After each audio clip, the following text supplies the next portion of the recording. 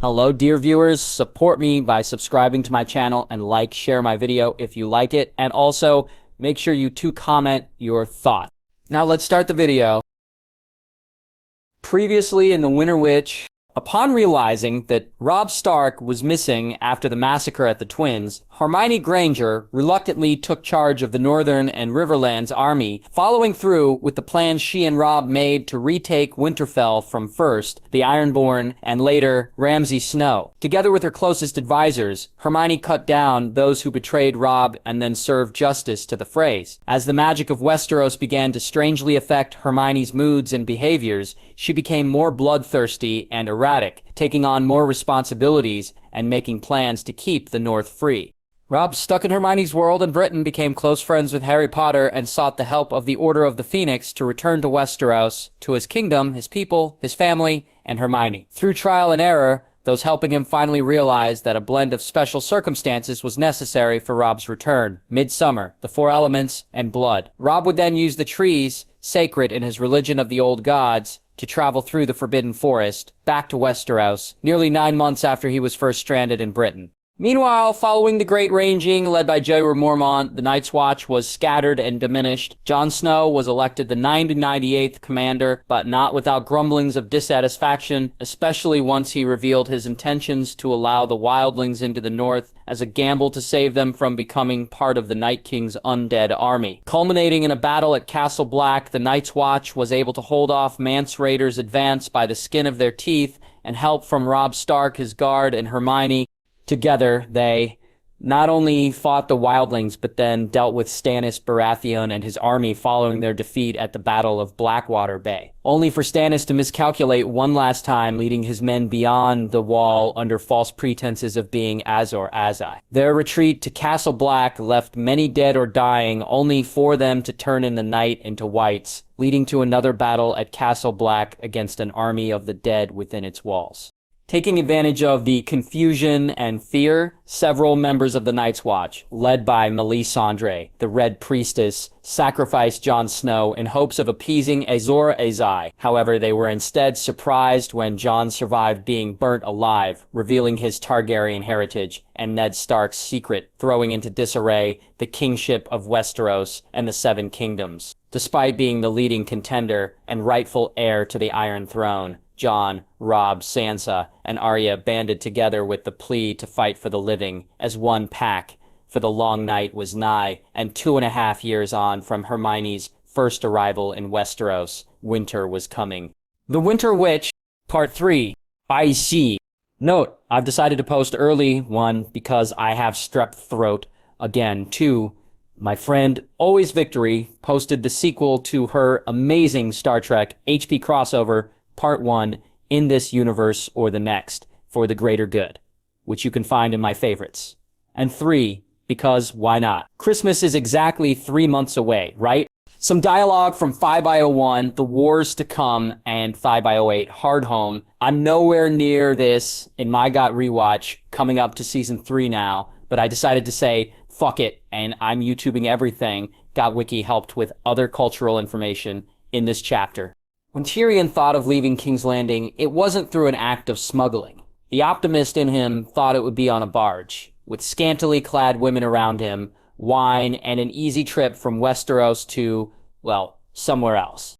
The reality was that Varys smuggled Tyrion out of King's Landing, saving him from his father's wrath and escaping just moments after the Winter Witch and her crazy feral Northmen descended on the Lannister guards, flames licking up and down the columns in the throne room, and hustling him down several winding dark corridors until Varys is telling him to get into an empty wooden barrel of arbor gold. He didn't say for how long, and Tyrion, frightened, hadn't asked. That was a mistake. 3 weeks later, the barrel was tipped over, and Tyrion tumbled and crawled out. Old vomit crusted on the front of his jacket, hands shaking. The strange thought of I never want to smell arbor gold again rent through his mind, a continuous loop.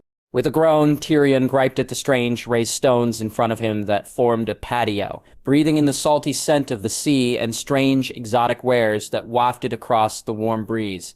Balefully, he looked up at Varys, who stood calmly before him in his golden robes. Tyrion squinted through his eyes against the bright light and muttered, You never told me why you helped me escape after my trial." Varys looked down at him calmly and then squatted a bit to help Tyrion up. Tyrion took the hand and rose to his full height, gripping the edge of the barrel as it was righted by some work hand. Feeling steadily on his feet, he peered at Varys in confusion, but also suspicion. "You've made many enemies in doing so. You risked your life, your position, everything. Why? You're not family. You owe me nothing." Varys drew his hands together in the voluminous sleeve of his robes. "I didn't do it for you. I did it for the Seven Kingdoms." Tyrion scoffed, taking the time to look around.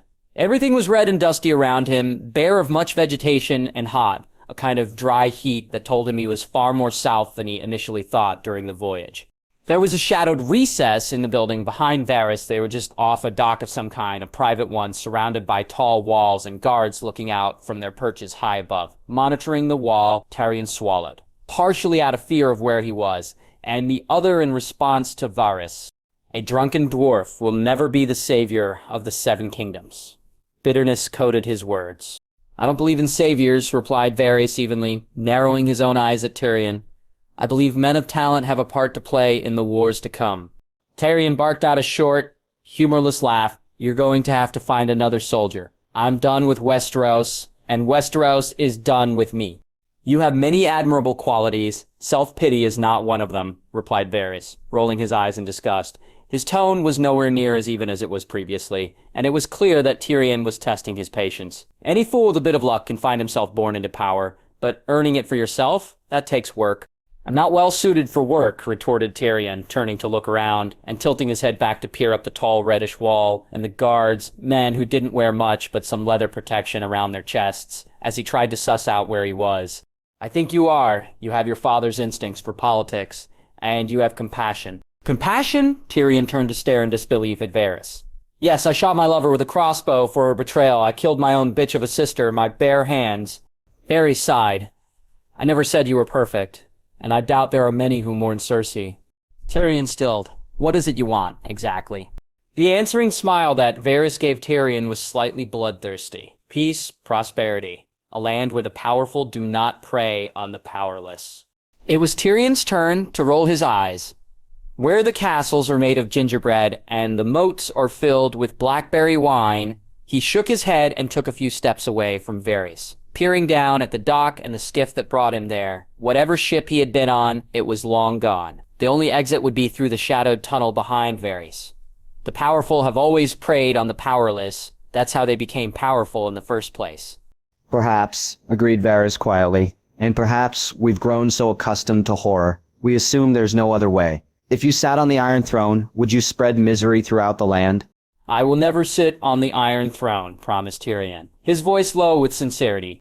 Varys' smile was acknowledgement.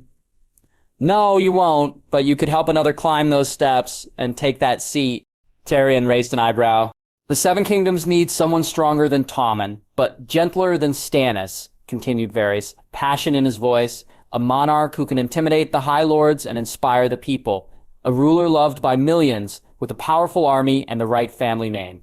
A wry grin twisted at Tyrion's lips. "Good luck finding him." "Who said anything about him?" replied Varys, just as from the shadowed tunnel behind him, a tall, imposing figure in a light tan shirt and darker brown trousers and a Westerosi armored skirt appeared. "Lord Tyrion, Sir Jorah Mormont. Shall we?" Tyrion blinked. "Mormont? The one Ned Stark exiled all those years ago, the man who inspired the Bear and the Maiden Fair." He paused, eyeing the man as Mormont stopped beside Varys. "Well, now, this is a surprise." The Northerner's eyes narrowed in dislike. "Prepare yourself, imp." "What for?" replied Tyrion flippantly. But Mormont reached forward and used his height and Tyrion's lingering seasickness to propel the smaller Lannister forward until the three were striding through the tunnel and beyond, emerging into a vibrant, loud, chaotic marketplace. Tyrion's head kept turning this way and that, taking in the exotic wares that some were selling, the fire breathers, the women in clothing, and some in nothing at all, the guards that patrolled the area with their swords, and others who looked rougher and more like pirates with the scars and missing limbs.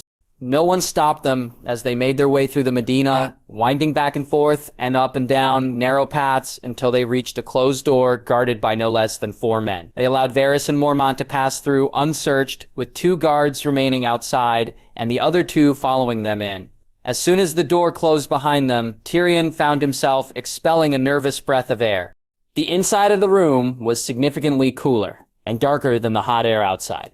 The room was tall, square, with engraved designs and artwork carved into the smooth beige walls and columns that dotted the room. A single flight of stairs at the far end of the room, backlit by 3 long rectangular open-air windows, was the only major feature of the room, making it the reception room of the palace Tyrion found himself in. Mormont dragged him to the base of the stairs, bringing him to a halt a few meters from it, with Varys at his side. One of the 2 guards that followed them loped up the stairs, disappearing beyond their sight. They waited several long minutes before the guard reappeared from the same direction he disappeared. There was a walkway or balcony up there, allowing people to look down at the reception room from a great height. Footsteps, heavy and light, followed the guard as he strode down the stairs and came to a rest just behind Mormont, Varys, and Tyrion. Tyrion felt the man's eyes on his back and the little hairs at the back of his neck stuck up in awareness. His eyes darted up on the balcony, and his breath caught as 3 figures appeared, 2 unfamiliar, and the last he recognized as Sir Barristan Selmy of the King's Guard. The 2 women were as different as they were alike. Both were lithe and tiny, but one had curly black hair and the other straight silvery hair. Tyrion knew exactly who the blonde was, and felt his eyes widen in surprise. The Targaryen cared nothing for him. Her eyes sweeping over him to fall on Jorah Mormont, something flickered in her face. It briefly scrunched up in pain, and when she spoke, her voice wavered just the tiniest. "Get him out of my sight." Mormont took a faltering step forward, his own voice pleading, "Khaleesi, please, I just need a moment of your time." Daenerys turned, presenting her profile just as Varys spoke up. "Your Grace." She paused, but did not move from her position. Selmy leaned towards the Targaryen and murmured lowly, but in the large cavern they heard him speak. "Your Grace, a moment. That is Lord Varys with Ser Jorah." This time Daenerys' eyes flickered toward Varys. "For my father's counsel?" Then something flashed across her face and her voice turned hard. "The spy? How can I trust him? And who is it that they are hiding?" "I've a gift," broke in Mormont. Daenerys raised a hand, cutting it through the air as she snapped, "You will not Mormont's mouth snapped shut, and contritely he looked down at his feet, satisfied he was going to be silent. Daenerys turned to Tyrion. His heart felt like it was in his throat. "Who are you?" Gamely, Tyrion took a step forward, spreading his hands entreatingly. "I am the gift. It's a pleasure to meet you, Your Grace. My name is Tyrion Lannister." She sent him a stony glare. "How do I know you are who you say you are?" "Well, that's a first," thought Tyrion, with a mental shrug. "If only I were otherwise." "If you are Tyrion Lannister, why shouldn't I kill you to pay your family back for what it did to mine?" asked Daenerys, her tone placid, but Tyrion could hear the restrained annoyance as she conversed with him. "You want revenge against the Lannisters?" repeated Tyrion, with a shake of his head. "I killed my mother Joanna Lannister on the day I was born. I killed my sister, the Queen of the Seven Kingdoms, Cersei Lannister, with my bare hands. I am the greatest Lannister killer of our time." Unimpressed, Daenerys raised a single eyebrow as she stared down at him from the balcony. "So, I should welcome you into my service because you murdered members of your own family?" Tyrion scoffed. "Into your service, Your Grace. We have only just met. It's too soon to know if you deserve my service." Varys made a tiny noise at his side, and Tyrion realized he was being a bit too cocky with the young queen. Apparently, she thought so too. "I've heard enough. Leave, or if you'd rather visit the fighting pits, just say the word." "This is your only chance, Tyrion. Take it," a voice. His conscience, which certainly sounded like none of his siblings, but rather his missing and presumed dead uncle Jerion, hissed, and Tyrion swallowed his pride, his attitude, and began speaking. "When I was a young man, I heard a story about a baby born during the worst storm in living memory. She had no wealth, no lands, no army, only a name and a handful of supporters, most of whom probably thought they could use that name to benefit themselves. They kept her alive, moving her from place to place, often hours ahead of the men who'd been sent to kill her." On the balcony, Daenerys paused, her form stilling as she watched him carefully. She was eventually sold off to some warlord on the edge of the world, and that appeared to be that. And then a few years later, the most well-informed person I knew told me that this girl without wealth, lands, or armies had somehow acquired all three in a very short span of time, along with 3 dragons. Tyrion breathed deeply, and pushing through all of his self-preservation, everything that was screaming, he was making a mistake. He finished. He thought she was our best, last chance to build a better world. I thought you were worth meeting at the very least. And why are you worth meeting? Asked Daenerys. But her voice was different now. It was considering, why should I spend my time listening to you? Because you cannot build a better world on your own, replied Tyrion, taking another step forward, looking up at her entreatingly. You have no one at your side who understands the land you want to rule. The strengths and weaknesses of the houses that will either join or oppose you. There was a nasty little smile on her face when she said, I will have a very large army and very large dragons. Killing and politics aren't always the same thing, argued Tyrion, shaking his head. He wanted to scowl. How can I make her see that? When I served as Hand of the King, I did quite well with the latter, considering the king in question preferred torturing animals to leading his people. I could do an even better job advising a ruler worth the name, if that is indeed what you are. So you want to advise me? The young dragon queen asked. There was something dark in her tone as she continued. Very well. What would you have me do with him? Her eyes moved from Tyrion to Mormont. Tyrion turned to follow, and saw the northerner look up, meet his queen's gaze, and then look back at the floor, his shoulders curling in on themselves. I swore I would kill him if he ever returned. Tyrion said quietly, I know. Why should the people trust a queen who can't keep her promises? Whomever Ser Jorah was when he started informing on you, he is no longer that man, said Tyrion quietly, his eyes moving from the man in question to Daenerys. There was something wretched on her face, like she was warring between love and duty, and something in Tyrion's stomach tugged and pulled as he recognized the feeling. I can't remember ever seeing a sane man as devoted to anything as he is to serve you. He claims he would kill for you and die for you, and nothing I ever witnessed gives me reason to doubt him. He took a deep breath, though, and did as she asked, to advise her. And yet he did betray you. Did he have an opportunity to confess his betrayal? Her voice went soft. Yes. Many opportunities. And did he? No, not until forced to do so. Tyrion thought there was something like unshed tears in her eyes. Her voice was slightly choked, as it were, and Tyrion felt his own throat close in sympathy. He worships you. He's in love with you, I think, he said, his own voice soft. He didn't dare look at Mormont to confirm his thoughts. But of everything he knew, Tyrion knew human behavior. But he did not trust you with the truth. An unpleasant truth, to be sure, but one of great significance to you. He did not trust that you would be wise enough to forgive him. Daenerys sniffed once and asked, with her tone harder now, so I should kill him? Tyrion shook his head. A ruler who kills those devoted to her is not a ruler who inspires devotion. And you're going to need to inspire devotion. And a lot of it, if you're ever going to rule across the narrow sea. But you cannot have him by your side when you do.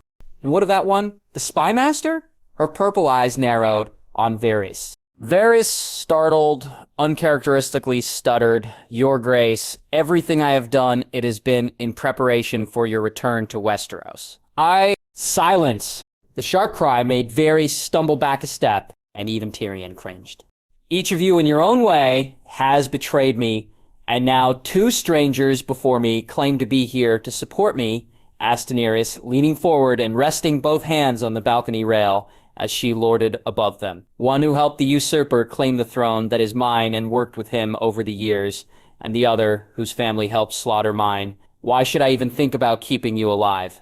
If we are where I think we are, you've been here for some time now, Your Grace, said Tyrion with a weak smile. You've liberated Meereen and Ashtapar and Qarth. Your exploits are legendary and are beginning to travel and make the rounds in Westeros.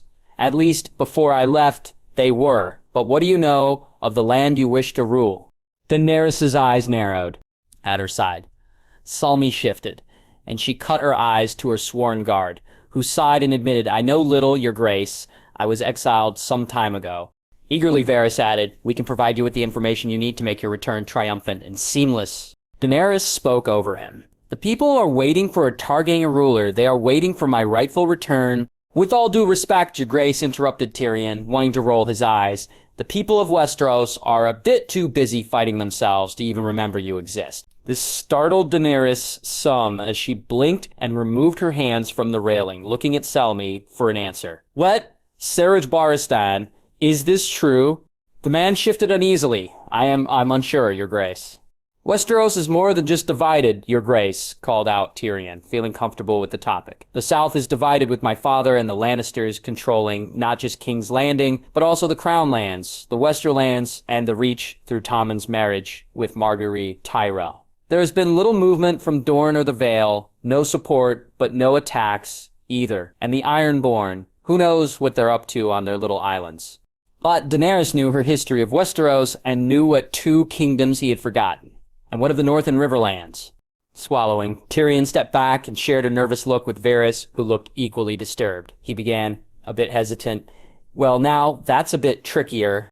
They've ceded from the Iron Throne, Your Grace, finished Varys, an apologetic tone to his voice as Tyrion huffed in annoyance.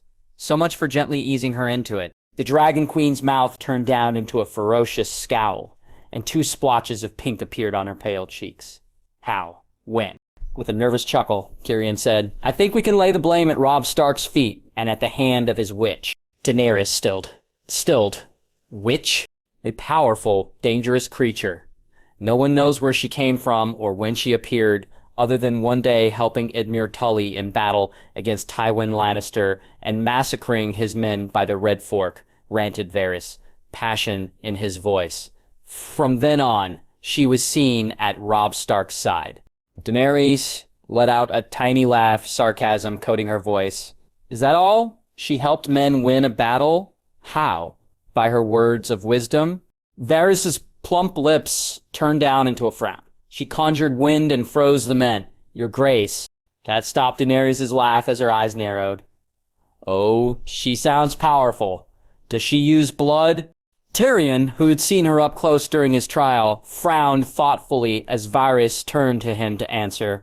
Not that I saw. She did help me escape during my farce of a trial, so personally, I think she just dislikes Lannisters. I excluded. She uses a stick, a wand. The room fell silent for a few moments as Daenerys digested the information. She knew she was woefully unprepared to take Westeros, and the knowledge that Varys and Tyrion could provide would be invaluable. But a witch?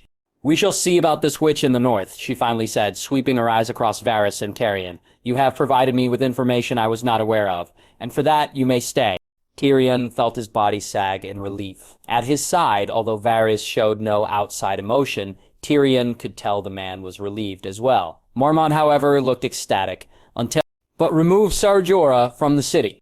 The two guards that were hovering behind them moved forward and each caught Mormont's arms as the man struggled, staring up at Daenerys in shock and betrayal. The woman looked down at him, torn between affection and duty as she struggled to quietly say to the man alone, I must uphold my promises, sir. She cleared her throat and continued, escort the other two to free rooms. Shocked, Tyrion followed the guards as they hauled Mormont back the way they came to the main doors, with Varys at his side, silently. Once outside in the heat again, the two others swapped placed, ready to escort Mormont away. Wait, called Tyrion, chasing after them as quickly as he could with his shorter legs. He caught up shortly, breathing heavily while the other guards and Varys remained out of hearing. Where will you go? Mormont looked down at Tyrion in confusion, torn between annoyance and answering him. Finally he said, I will not be far if my Khaleesi needs me. Tyrion sighed and kept his hand from wandering up to pinch his nose in frustration. The man's devotion to Daenerys Targaryen was blinding. Eventually, Tyrion nodded at Mormont's covered left hand.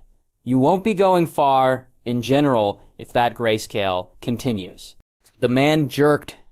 How did you... I read a lot. Books were my friends growing up when Hammett wasn't around, sniped Tyrion. He then paused and sighed. You should return to Westeros. Bitterly, Mormont replied. And go where? North. Mormont laughed loudly. And be executed as soon as I step foot on northern land. No thank you. I doubt that would happen, replied Tyrion quietly. The Winter Witch doesn't seem like the kind... Mormont scoffed. Robb Stark is. He's his father's son. And she's a witch. Who could possibly cure you? Argued Tyrion, leaning forward so he was nearer to Mormont as he spoke. And think about it. You could do what you did best under Robert's rule. Spy, pass on information to us about their camp, their movements. Mormont's eyes narrowed and he spat. I'd rather die. This time, Tyrion did roll his eyes. You're already heading that way, either through your exile from Daenerys' court or from Grayscale. Why not do something with your last months for her? And you never know, the witch may even cure you. Or Stark will cut off my head, replied Mormont with his chin tilted up in a stubborn move. Dead is dead, true, replied Tyrion, shrugging. But at least you could try to reclaim your honor and place in her court. Think about it. With that said, Tyrion turned his back on Mormont and didn't look back as he strode toward Varys, who was watching him with what would have been raised eyebrows if the man had eyebrow hair to begin with. Behind, although he couldn't see it, surprise flashed across Mormont's face for a moment before settling into contemplation, but then he and the guards disappeared into the thick crowd of the market, and Tyrion found himself thinking, well, that's the last I'll see of him, I think. Although he did hope that he would be proven wrong.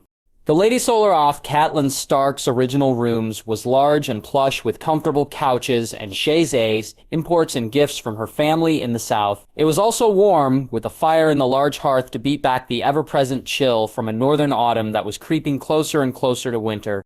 The room itself was overrun with spools of yarn and threading, rolls of lace and silky fabric, and rolls of hardy wool and cotton blend. Hermione didn't know. There were jars of buttons and seashells and beads, colored and dull alike, placed around the room and alongside plates of finger foods and snacks from the Winterfell kitchen, as well as an ever-steady refilled jug of mead. While not filled to the brim with people that it was uncomfortable, it was for the first time in Hermione's memory of being in Westeros, a place that was purely feminine and filled with young women around her age. Sitting next to Hermione, in the middle of the room and chaos, Sansa was in charge, practically holding court, as she was a princess, organizing the other women and gossiping with them as a few surrounded Alice Karstark. Winifred Manderly was braiding the Karstark girl's hair. Jane and Bess Bracken were both finishing up some sewing on the dress the woman was wearing, and Bethany Blackwood was fussing with some jewelry, holding each piece up for Alice's perusal. Arya and Lyra Mormont were in a heated discussion opposite Hermione and Sansa, practically draped over the seats they had appropriated, about the best weapons to fight with Uhtred eventually arguing for her bow over Arya's sword and Lyra's daggers as she joined them from where she stood, arms crossed nearby. Lyra's younger sisters, Jarell and Lyanna, were both more focused on Sansa and her discussion, sitting at her and Hermione's feet on the marish carpet. At Hermione's side, Barbara bit back a giggle when Alice blushed, bright red as Willa Manderly teased with a naughty grin. You have, done more than just kiss, surely, like, even unsheathed his sword a bit. And to think, once upon a time, I thought polishing the broomstick was going to be a strange euphemism, muttered Hermione, as Barbara tugged on one of her curls in admonishment. Lady Hermione, sit still! I am trying to tame your hair, the Riverlands girl chided. Hermione huffed but settled, despite good luck with that slipping from her lips. It was unnerving. Hermione was always someone who hung out around the boys. It was probably why, through her years and exposure with Harry and Ron, that she felt so comfortable with Robb, Torrhen, Ed, and the others of Robb's wolf pack, but it also meant that she was completely out of her element in a room filled with girls gossiping like Lavender and Parvati. Initially, Winterfell was only home to Hermione, Sansa, Arya, and Lyra and Jarell before they headed to Castle Black. And of them, all but Sansa were fighting at the castle when the Baratheon contingent of Inferi. Hermione grimaced. Whites. They're called whites here. Other girls joined upon their return to Winterfell. It must be so romantic, sighed Alice, a dreamy look on her face as she stared off into the distance. To be married in a Godswood, especially here at Winterfell. Hermione caught a sly look sent her way from the green-haired Willa, the younger of the two sisters, sitting on Sansa's other side as she peered around the redhead. What are marriage customs like in your world, Lady Hermione? The girl grinned, her fox-like eyes slyly fixated on the witch. They must be different from what we have here in the north. Or in Westeros at all, chimed in Barbara, still doing something, braiding, Hermione thought, to her hair. I don't imagine it's all that different, shrugged Hermione. Courtship is courtship, is it not? Sansa exchanged a glance with Alice, who then exchanged looks with Jane and Bess Bracken and Bethany Blackwood. The three girls had forged a strong friendship despite their families being mortal enemies just a year past. The trauma of being under Gregor Clegane's thumb seemed to have bonded the Bracken and Blackwood families tightly. The rules must be different, argued Winifred carefully, playing with the end of her blonde hair, but I imagine you still have a ceremony and a feast. Wedding ceremony and reception, yes, agreed Hermione dryly. Her fingers twitched and her eyes darted to her beaded bag, resting near Arya's foot at the other couch, and wondered if she could summon a book to pretend to read. For sensitive military matters or some other rot that would end this kind of discussion. Maybe then the other women would leave her alone. Do you exchange cloaks for protection when in a septet? Asked Winifred, the most curious and one of the few whose family worshipped the Seven instead of the gods of the North. Hermione pursed her lips.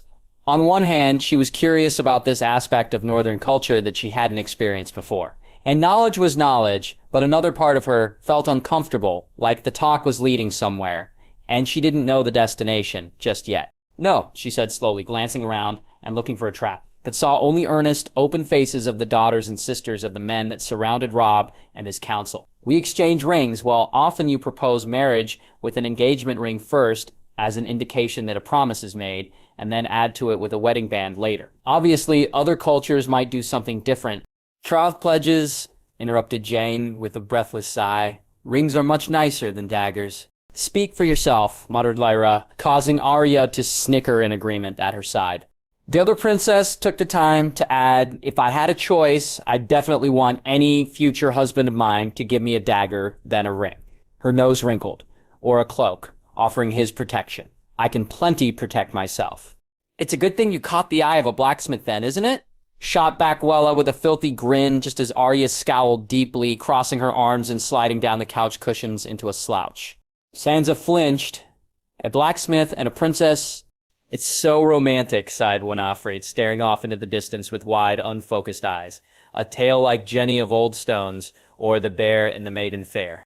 Hermione caught Sansa biting her lower lip in consternation and quickly left the conversation and eventual argument that was Arya's continued friendship. Or more, no one really knew, and Hermione thought this included the blacksmith in question in that, with Gendry Waters, their shared trauma of experiencing Harrenhal had clearly forged a bond between Arya and Gendry. But whatever was between Arya and Gendry was something that befuddled most who encountered them. Arya was clearly possessive of Gendry, and Gendry was so unassuming and easygoing that it seemed like he was just happy to do his job, and if that included speaking to the youngest Stark princess, then so be it. But then there were times Hermione, or Robb, or Ed, or someone else would catch Gendry's teasing the lady tossed at Arya, or the looks that they shared, and even Hermione would do a double take and wonder what. Of course, there was no way Hermione was going to say anything about that aloud to anyone except maybe Robb. She wouldn't bring it up around Arya or Sansa, particularly since Hermione thought Sansa was rather obtuse given her own experiences regarding Sandor Clegane and his affection for her,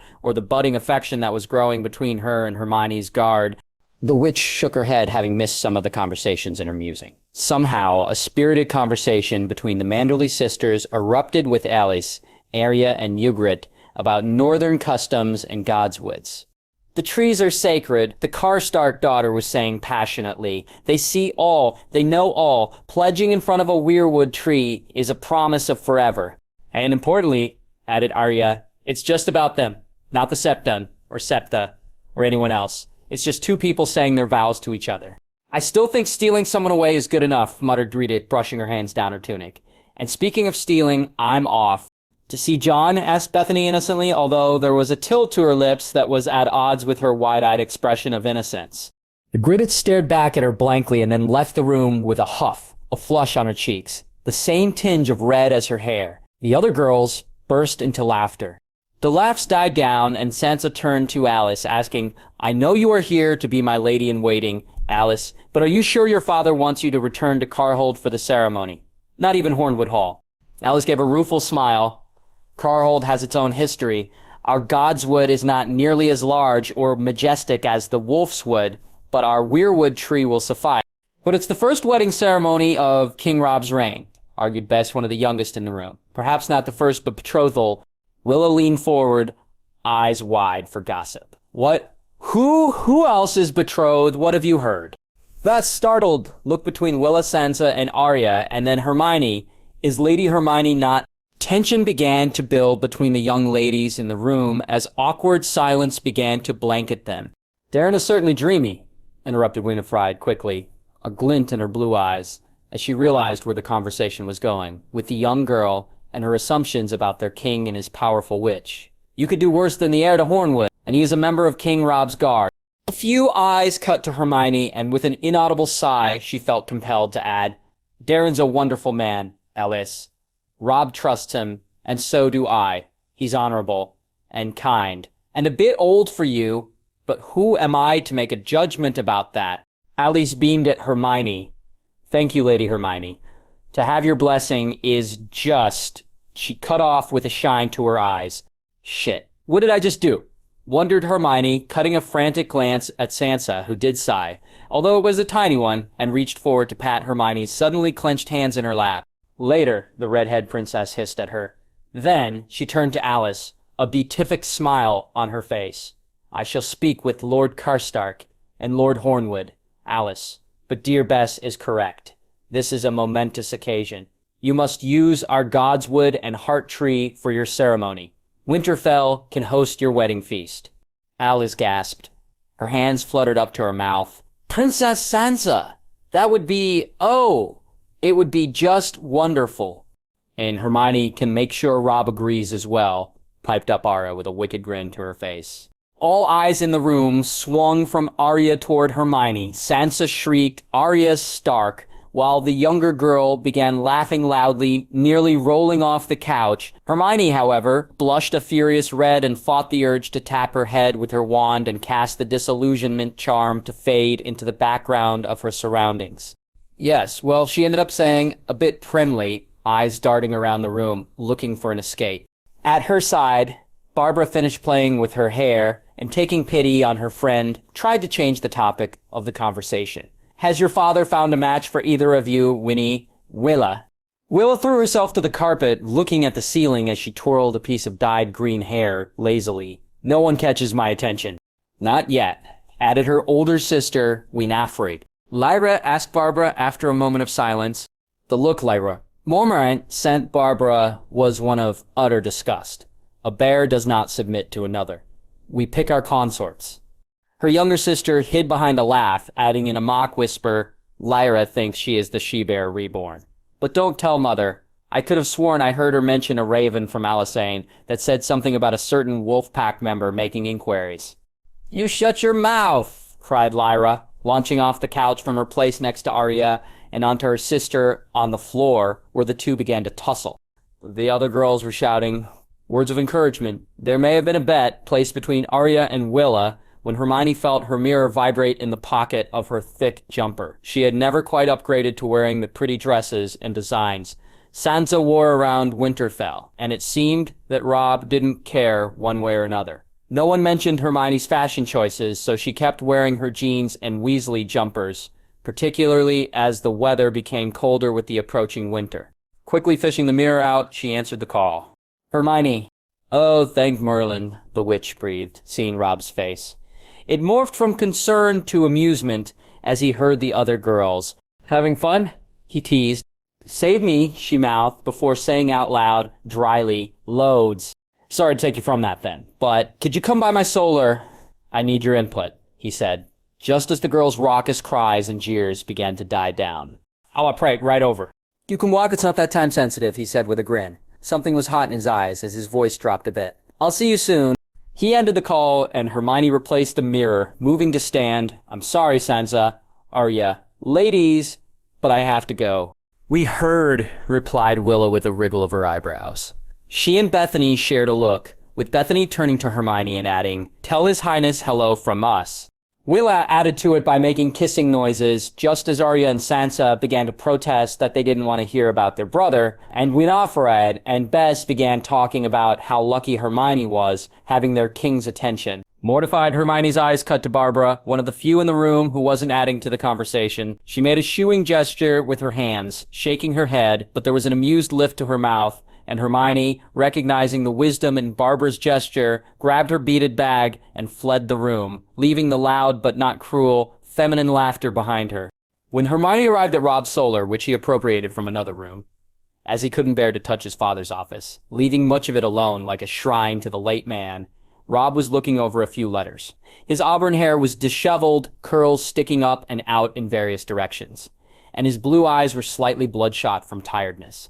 But he offered a grin when Hermione strode into the room. Donald Locke, on guard duty outside, shut the solar door gently behind her. "How bad was it?" he asked, a knowing glint in his eyes as he stood to greet her. He walked around the desk to meet Hermione in the middle of the room. "Tolerable," replied Hermione with a twist to her lips. "I'm afraid I'll never be one of the girls who is interested in dresses or gossip." "I've seen you dress up," commented Robb, reaching forward and bringing Hermione in close to him, in not quite a hug, but something more intimate, as he tucked his nose against her temple and breathed in her scent, and took comfort in her presence. He felt his shoulders and back muscles relax with her in his arms. "What made this one so bad?" he asked into her hair. "Wedding talk." He stiffened, drawing back with wide eyes to look at Hermione, a slightly panicked expression on his face. "Whose?" "At least Karstark and Darren's," replied Hermione. Withdrawing from the embrace to walk toward his desk, she peered down at his correspondence and he trailed after her, eyes narrowed. Robb's face relaxed. What was so bad in speaking about their betrothal? Nothing really, she answered him, her tone a shade distracted as she moved one piece of parchment away to read what was underneath. Robb made no move to stop her. He had no secrets with his military campaign, and he'd hear from her if she disagreed with him anyway. But After what? Hermione finally looked up. Her face was beet red. Nothing. Robb's eyes narrowed further. That doesn't look like nothing. Just some things that were said. But what, Hermione? Us. She squeaked out the final word, eyes darting away in embarrassment. Robb stilled. Us? It's just, well, Bess Bracken, she's so young, and she might have implied no. I thought... Hermione, sighed Robb, reaching up to rub at his temples. Hermione flushed a bit. Right, sorry. She implied that we were betrothed, or that others thought we are, that Alice and Darren weren't the first betrothed, but will be the first married. Robb fell back into his chair with a groan. "I knew something like this would happen," he muttered, bringing up his hands to hide his face behind as he rubbed roughly against his jaw. Hermione's eyebrows raised, and she repeated incredulously, "You knew something like this would happen." Robb grimaced. Karstark was preening with his daughter's wedding coming up. "You know how he is?" His voice dropped to an irritated rumble. "He always wanted you married to Harrion or one of his other sons." Hermione rolled her eyes and moved closer to Robb, carting a hand through his curls and making him look up at her, dropping his hands from his face. "I don't want Harrion or Ed, and Torrhen was my friend. There's only one man in Westeros I want." Some of the tiredness lifted from Robb's face as his blue eyes lit up. "Oh, someone I know?" Laughing lightly under her breath, Hermione eased one leg over Robb's, sliding her knee forward along the seat of the large chair, until she was straddling him and sitting on his lap. She leaned forward, breath tickling Robb's cheek. "Oh, you might know him. Tall fellow. He's a northerner." "Is he?" replied Robb, his voice low, but just as breathless. His hands wrapped around Hermione's waist, one securing her as it planted firmly on the middle of her back, and the other traveled up her side, tickling her and making her shiver until his large, warm hand cupped the edge of her jaw. "There's quite a few of them around here these days. You might need to be more specific." Closing her eyes, Hermione hummed, "Do I? Let's see then. He's strong, compassionate, firm when he needs to be." Her eyes opened, the hue in them darkening. "He gets angry with me when I go off and do my own thing." "Only because you drive him to worry," muttered Robb, rolling his own eyes. Hermione's fingertips touched his cheek in apology. Her lips skimmed his other cheek, pressing feather-like kisses against his beard and pale skin. "But I know it means he cares." "He does. Very much so. He's understanding of our cultural differences," she continued, moving her lips down to his throat, and Robb let his head fall back against the back of the chair with a thunk. "He's a brilliant strategist. He gets along with my friends. And despite the weight of responsibility on him, he shoulders it very well." Her fingers skimmed Robb's broad shoulders, bare from the usual armor and furs he wore, leaving him in just a linen tunic when in his private quarters in Winterfell. Robb shivered under her touch. He sounds like a good man, said Robb quietly, using his hand at her jaw to bring her attention to his face. Their eyes met, and they shared a smile. The best, replied Hermione, just as quietly. The fire in the heart cracked and popped in the suddenly silent room, creating an illusion of intimate isolation, where there were no guards standing outside the room, where they had no other duties or concerns about the whites north of the wall, or the impending winter. I'm gonna miss you, sighed Robb, leaning forward to press his forehead against Hermione's. I won't be gone long, replied Hermione, a tiny quirk to her lips. Maybe a month, moon. Too long, muttered Robb. You're leaving me with the council. Why do you have to take the entertainment with you? Hermione bit her lip to keep a laugh from bubbling out of her. Do you want Jaime Lannister to stay? I'm sure he'd love that. Robb drew back, scrunching his face up. His hand fell from her face. Hermione, no. You said the Skagos are fierce warriors, Robb, she reminded him, drawing back the slightest bit without leaving his lap or the circle of his embrace. So I need to take people who are skilled fighters with me. Magic can't do everything, you know. But still, he said, his voice leaning the tiniest bit into a whine. The Kingslayer and Clegane? I'm still not entirely sure that Sansa needs to go with you. Ricken was 5 when everything happened, Robb, said Hermione. He might not remember everyone, but if he remembers his mother, he'll recognize Sansa's hair color. Hopefully, I don't want to resort to kidnapping a 7-year-old, who is probably highly rambunctious with a very wild direwolf. She paused, searching Robb's face, which had fallen slightly at the realization that their time together was ending. For now, I'm not leaving until after the wedding. We have time. A few weeks at most, replied Robb with a sigh. Maybe less, winced Hermione, remembering what Sansa had promised. Sansa mentioned that since Alice and Darren were the first to wed, and from your guard as well, that perhaps Winterfell could host the wedding. Robb blinked at Hermione a few times. Am I never to be rid of my Karstark cousins? Apparently not. He sighed. Very well, I will let Lord Karstark know, but it will be Alice and Darren's decision. Hermione eyed him. You know they won't say no to something like that. Robb's shoulders slumped. Hermione made to slide off Robb's lap, tapping his arm as it tightened around her until it slackened. She held her hand out to him as she stood at his knees. An invitation. Come on, Grumpy. I have a few ideas that might cheer you up. Robb looked up at Hermione, catching her face, reading it. He instantly stood, wrapping his arms around her and hauling her up, causing her to wrap her legs around his waist. She laughed.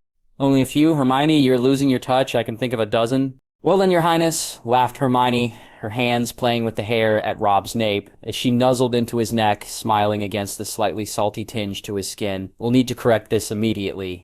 Oh, I plan to, replied Robb, his voice slow and gravelly as he walked around the office desk and off to the side of the room where an open door led to his bedchambers. As predicted, once Alice and Darren heard that Robb was offering Winterfell for their wedding, neither declined the option. Karstark was a bit put out that the wedding wasn't taking place at the ancestral Carhold, but the man wasn't going to speak out against his king. Sansa, with a disgruntled Arya and Hermione's magic, pulled together a wedding fit for a Karstark and the Hornwood heir with their wedding feast. But before the feast was the wedding ceremony itself, which almost all the council or representatives of the Northern and Riverlands families attended through supplied portkeys. Northern weddings, ones that involved the Heart Tree and a Godswood, occurred at sundown. Hermione joined Arya and Sansa in their nicest dresses. She herself wore the dress from Bill and Flora's wedding with a heating charm since she was significantly underdressed compared to everyone else, and a cloak Robb had thrown at her before she left their rooms. You're gonna freeze without it, he had declared, throwing her his cloak. Take it.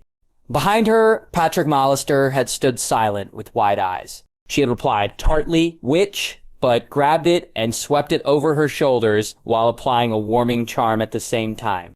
Robb had just scowled, and once she and Patrick were out of the rooms, Hermione had lifted one corner to her nose to deeply inhale Robb's woodsy scent. Sansa, with Clegane at her side, led the procession to the Godswood, with Arya and Brienne following. Patrick, as Hermione's guard for the event, was unusually pale and silent. When they reached the gate to the Godswood, protected by no less than 4 guards, Sansa stopped. A large pile of prepared torches, with their tops coated with oil, were in a large pile, ready for guests to collect. A fire pit, already lit and warming the entrance to the woods, cast a warm glow on the guards and the area. One guard plucked a torch for Sansa and lit it for her, passing it into her hand gently. For you, princess.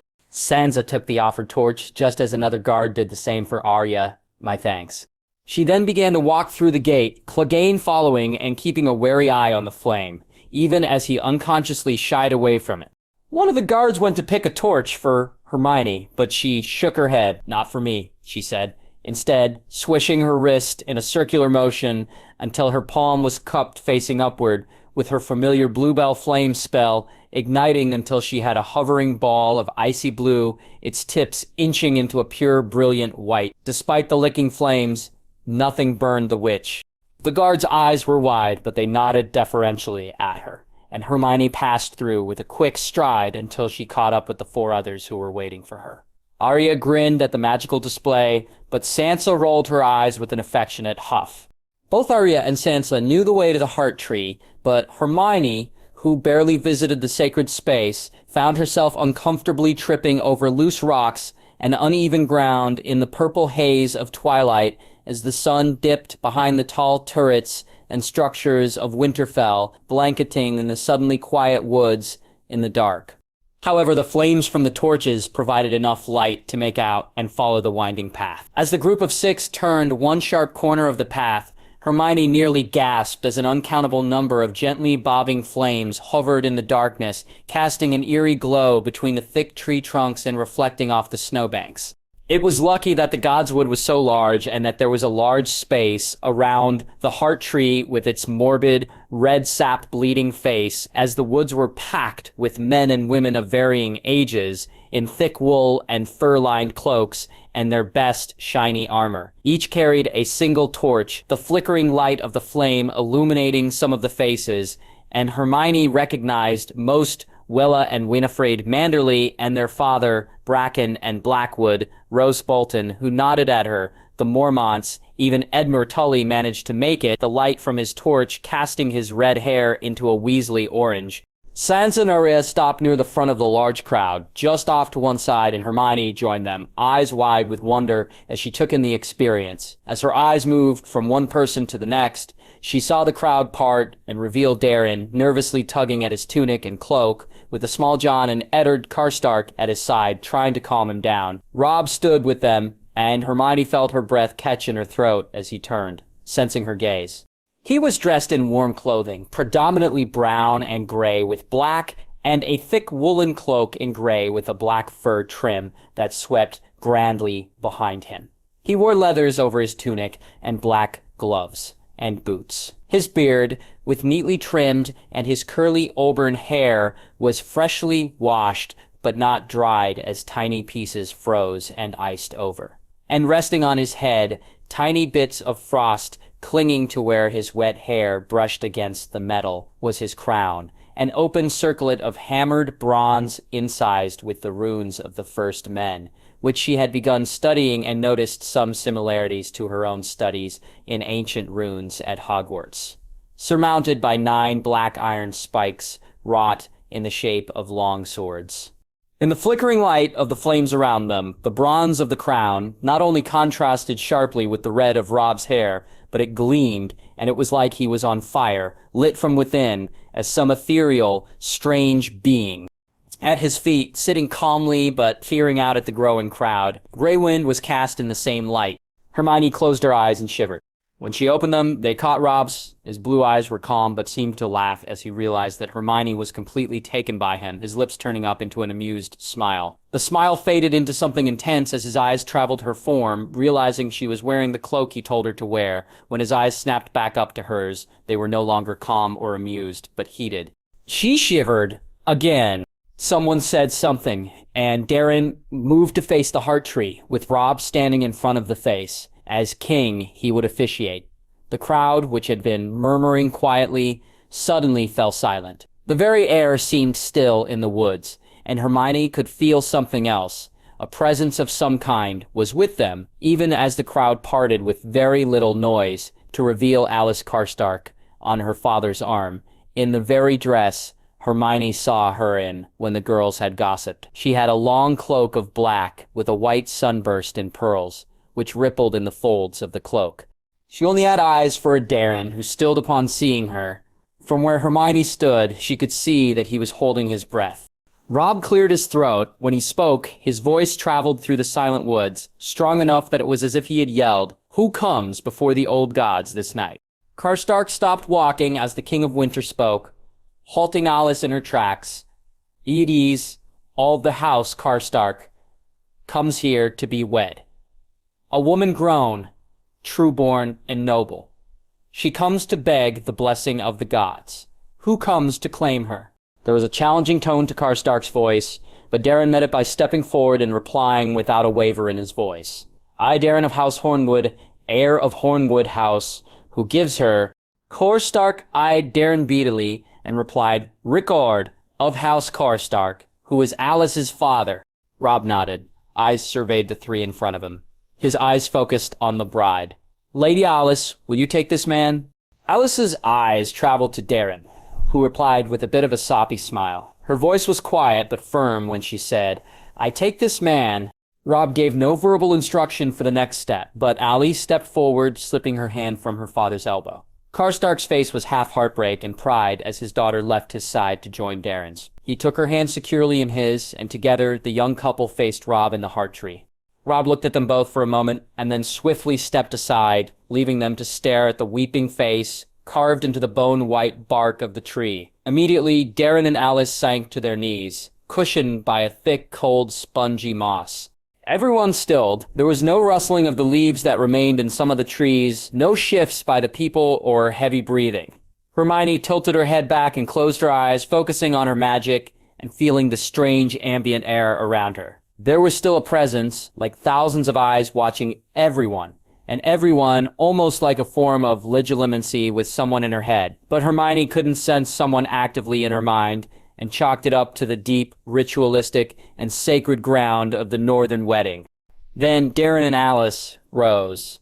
Daeron reached forward with trembling hands and undid Alice's black cloak, letting it sink to the mossy floor while she watched him with shiny eyes. He then, in a smooth movement, undid his orange cloak and then draped it across her shoulders, replacing the cloak with his own. Hermione's brow puckered. Something tickled at her brain. A cloak for protection. That's what the girl said. In lieu of a ring. There was another moment of breathless silence and then a rousing cheer that startled Hermione so much she jumped. Both Daeron and Alice were grinning, their hands clasped again, and soon the newlywed couple was being ushered away from the heart tree and back down the winding path to the Great Hall. Hermione was swept up in the crowd as it moved, thoughtfully fingering the edges of Robb's cloak in stark gray, even as Patrick's gloved hand rested lightly on her upper back as he directed her through the crowd. Eventually, they reached the tiered steps of the inner courtyard leading to the Great Hall. Hermione made to stand off to the side, more interested in watching the large procession of guests enter the hall than be crushed by the crowd. Patrick followed, and Hermione finally cut her eyes at him with a frown. "Are you all right, Patrick?" He swallowed thickly. "Ah, Lady Hermione. Earlier..."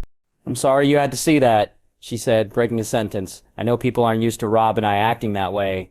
"No, it's not that," Patrick hurriedly rushed to say, glancing at her, the cloak, and then around the thinning crowd as people trickled into the hall for the feast. A good number, seeing Hermione standing there to the side and recognizing her, stopped to say hello or offer a compliment. Frowning, Hermione turned to him, taking in his floppy hair and pale face. "Then what is it?" "Yes, Hollister, what is it? Are you unwell?" Hermione turned at the voice. Grey Wind loped quickly up the steps while Robb strode a bit slower until he stopped at her side, one hand resting gently on the hilt of Gryffindor's sword in its sheath. Behind him, Eddard and the Small John took their time walking to the steps. Patrick said nothing, deciding to bow his head instead before stepping back into a more deferential position as a guard, joining the other two who looked at him strangely. Hermione thought she heard him mutter something to the other two men, but Robb held out his elbow and asked, "Shall we?" Hermione took it, and together they entered the Great Hall.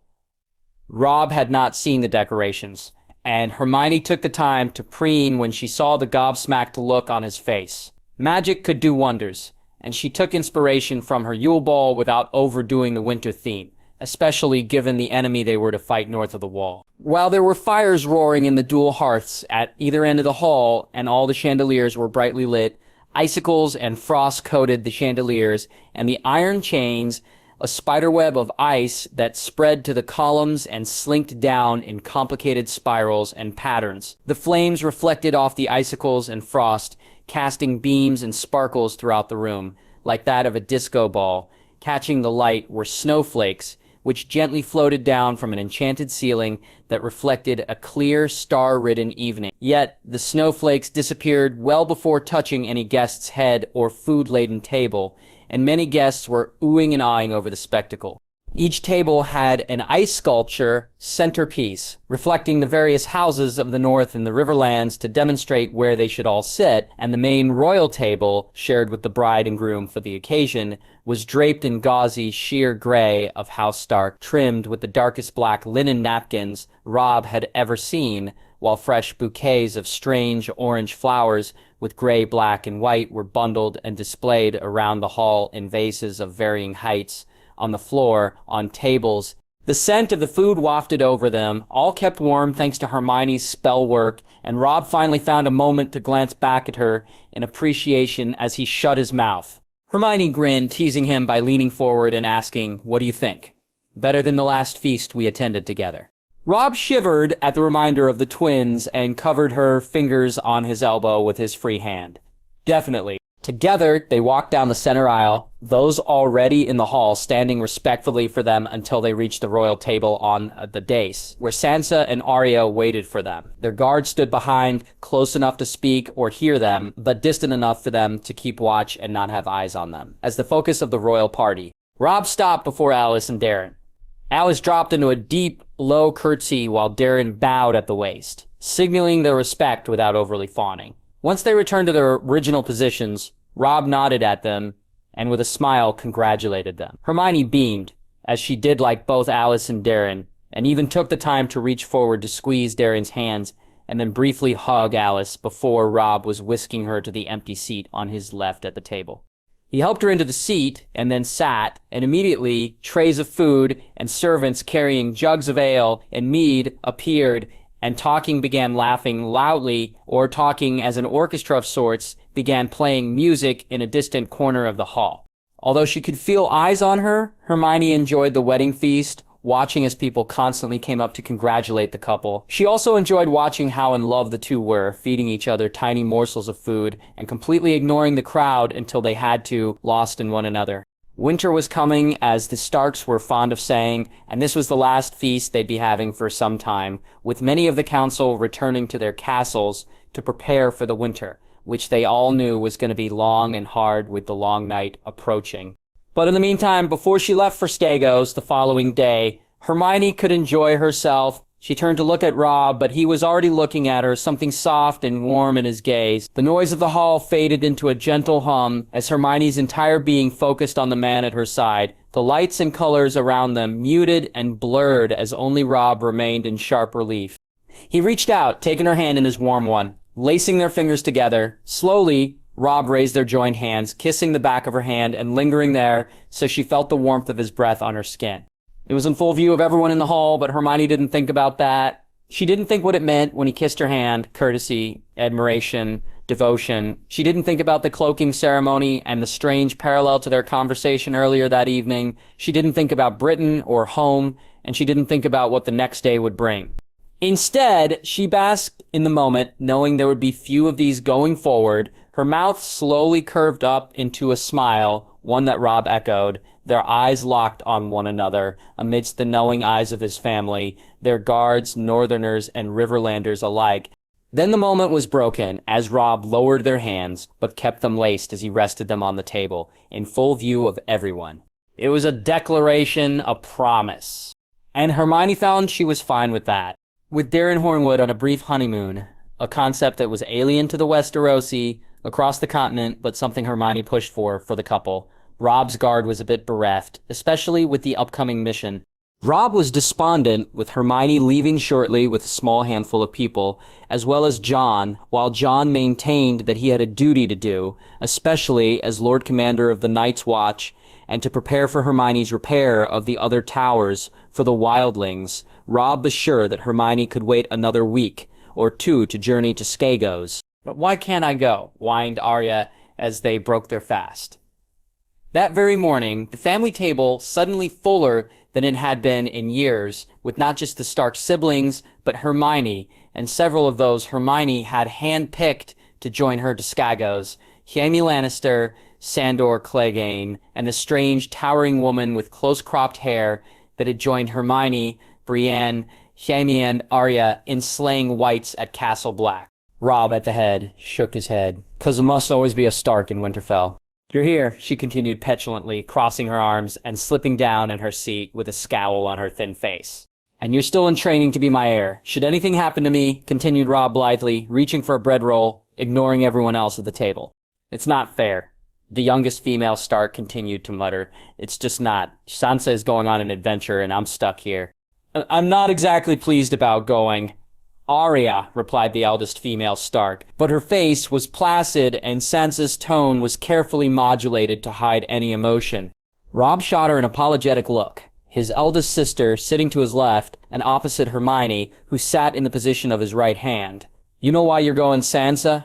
"I do," the redhead nodded. "And I think it is a good idea. I just don't like the idea of being in the field." "At least you're not getting people following you around," grumbled Jon from the other end of the table, the all-black wardrobe of his making his already pale face paler and highlighting the dark circles under his eyes. He was sleeping poorly, with the new revelation of his parentage and what it meant to be the son of a Targaryen prince, who by all accounts kidnapped and raped his mother. Robb's mouth twisted in compassion. "Is it really that bad?" Jon nodded. "Here, not so much. But Sam's written that more and more people are showing up at Castle Black to help, but few are taking vows. I suppose I shouldn't be too upset. We do need all the people we can get to fight the others, but... Robb's heart clenched in sympathy as Jon's dark eyes traveled to look down at his barely touched plate of food. "As Lord Commander, can't you send them away?" asked Sansa quietly, peering at her cousin from under her lashes. Jon shook his head. "Death releases all brothers from their vows. I died in that fire. Or should have, and that was good enough for the vows to be broken. I am no longer the Lord Commander." "Bollocks," snapped Robb, causing Arya and Sansa to start and stare at their brother. "It's just a title, Jon. You can still wear that mantle. Why not take your vows again?" I could," he admitted, but a light blush appeared on his cheeks. "Besides," continued Sansa, who couldn't see Jon's blush from where she sat, "if he was Lord Commander again, no one would push for him to be King of the Seven Kingdoms." Jon's blush quickly bled from his cheeks as his face turned the color of sour milk. "Don't remind me of that. Please, Sansa." Chortling, Arya happily reached for another cut of ham for her plate and gleefully told the table, "You're not the only one struggling with that." "With what?" asked Robb. "Potential kingship," the teen replied, vigorously cutting her meat now. "Gendry's having trouble too. He used to hide in the smithy, but people figured that he's got a few Southerners following him around as well." "Whatever for," blinked Jon, eyes wide. Sansa shot him a look. "Haven't you seen him recently? He's a splitting image of Renly Baratheon, and I'm sure if we knew him or father was still around, he'd say he looks like Robert." "He's Renly's bastard?" asked a confused Jon. "He's Robert's," sighed Sansa as she corrected him. "Are there any other hidden royals masquerading as bastards that we should know of?" Interjected Jaime Lannister, for the first time since the conversation of Arya's joining them began. He had finished his meal in the meantime and was idly drumming his golden hand on the tabletop from his place next to Jon. Robb, who had seen more magic than the others, still watched in fascination as the gold rippled and glittered in the pale morning sunlight, despite the hand functioning as though it were flesh and blood. "Is Aegon Targaryen still alive? Didn't Llewellyn Martell have a secret paramour? What about a Dane with their purple eyes, perhaps a son of Arthur's? Any of those hiding in plain sight?" An unbuttered and untoasted slice of bread hit Jaime in the side of his head, flopping down off his shoulder and onto the table, leaving the man sitting rigidly in his seat with a frozen, betrayed look in his green eyes as they darted toward the offending bread thrower. Hermione was still focused on her book at the table, leafing through the pages quickly as her eyes roved across the sentences, despite everyone seeing her bring her right hand down back under the table. You threw toast at me," sputtered Jaime, a comical stupefied look on his face. "Bread," replied the witch, but her tone was absent, like she was barely paying attention. "Don't be obtuse." "Obtuse!" Robb sighed loudly. Hermione, love, no books at the table. Hermione's eyes slowly drew up as Robb leaned over, placing a hand over the page she was reading to capture her attention. Realizing she had fallen into her Hogwarts habits, Hermione cleared her throat and slammed the book shut with both hands. As she apologized, she floated the book from the table to her feet, where her beaded bag was waiting. Sorry. Robb took her hands in his, lacing their fingers, as he smiled in response. Are all your meals this entertaining? Asked the woman with the close-cropped hair. She was leaning back in her chair, running a dagger under her nails as she picked out dirt. She was on John's other side. Only when with unsure company, rejoined Jaime, narrowing his eyes at the woman who sat opposite him at the table. With furrowed brows, Robb looked between the two and the ill-disguised tension. He cleared his throat, but that did not break the two from their staring content. Unsure company? Jaime didn't move his eyes from the now smirking woman. Don't you know who this is? He began mockingly. Your Highness, might I introduce Abara Sand, the eldest of Oberyn Martell's bastard daughters? Oberyn Martell, murmured Robb, leaning back in his seat, while his siblings immediately stopped their good-natured bickering to fall silent and focus their interest on the newly revealed bastard at the table. The Prince of Dorne. Oberyn tipped her head in Robb's direction in acknowledgement. Hermione slowly inched her wand down her sleeve into her palm, in case she needed it, her eyes on the woman who saved her life at Castle Black. What brings Dorne to the north? Robb finally asked, carefully. Oberyn continued to pick at her nails, although they were short and blunt. Hermione's eyes were strangely focused on the sight of the Dornish woman's nimble fingers as they flicked and scraped around her cuticles. I suppose you can lay the blame on your witch. Hermione's eyes jerked away from Oberyn's hands to her face, just as Robb's hand twitched tightly around hers. I beg your pardon? Well, due to your gift, said Oberyn with a nasty smirk on her face, and her eyes glittering with amusement. Gift? Hermione stared blankly at Oberyn for a long, long moment before realization dawned on her. Oh. Glancing to her left at Robb, Hermione slightly cringed at the reminder of the aftermath of the twins and Gregor Clegane. With all that happened with Robb's disappearance, so many minutiae had fallen to the wayside in Hermione and the Council's decisions to move forward with their war effort, and it was easy to forget the phrase after what they had done to the combined Northern Riverland host, even if Hermione had spared Olyvar Frey to play messenger. Well, at least that was confirmation that he made it to Dorne with Clegane's head, thought Hermione idly, rolling her lower lip in and nibbling on it as she thought. Hermione? Robb asked, although it was less of a question and more a demand for an explanation. Oh, I can answer for her, interjected Oberyn cheerfully with her teeth bared in a semblance of a smile, as both my uncle and father were impressed with the mountain's head.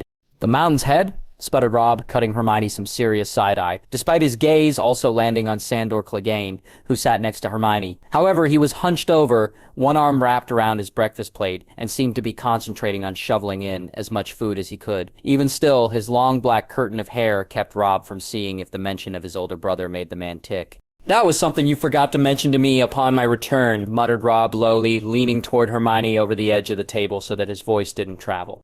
Hermione chuckled weakly and shrugged one shoulder. Sorry. Robb gave Hermione a very unimpressed look, but then Oberyn was speaking again and he turned his attention to her. The gift came without conditions, which was unusual in itself, so my father sent me north to suss out what the Winter Witch would want from Dorne, the woman said airily. Except when I arrived in Winterfell, I learned the witch was not there.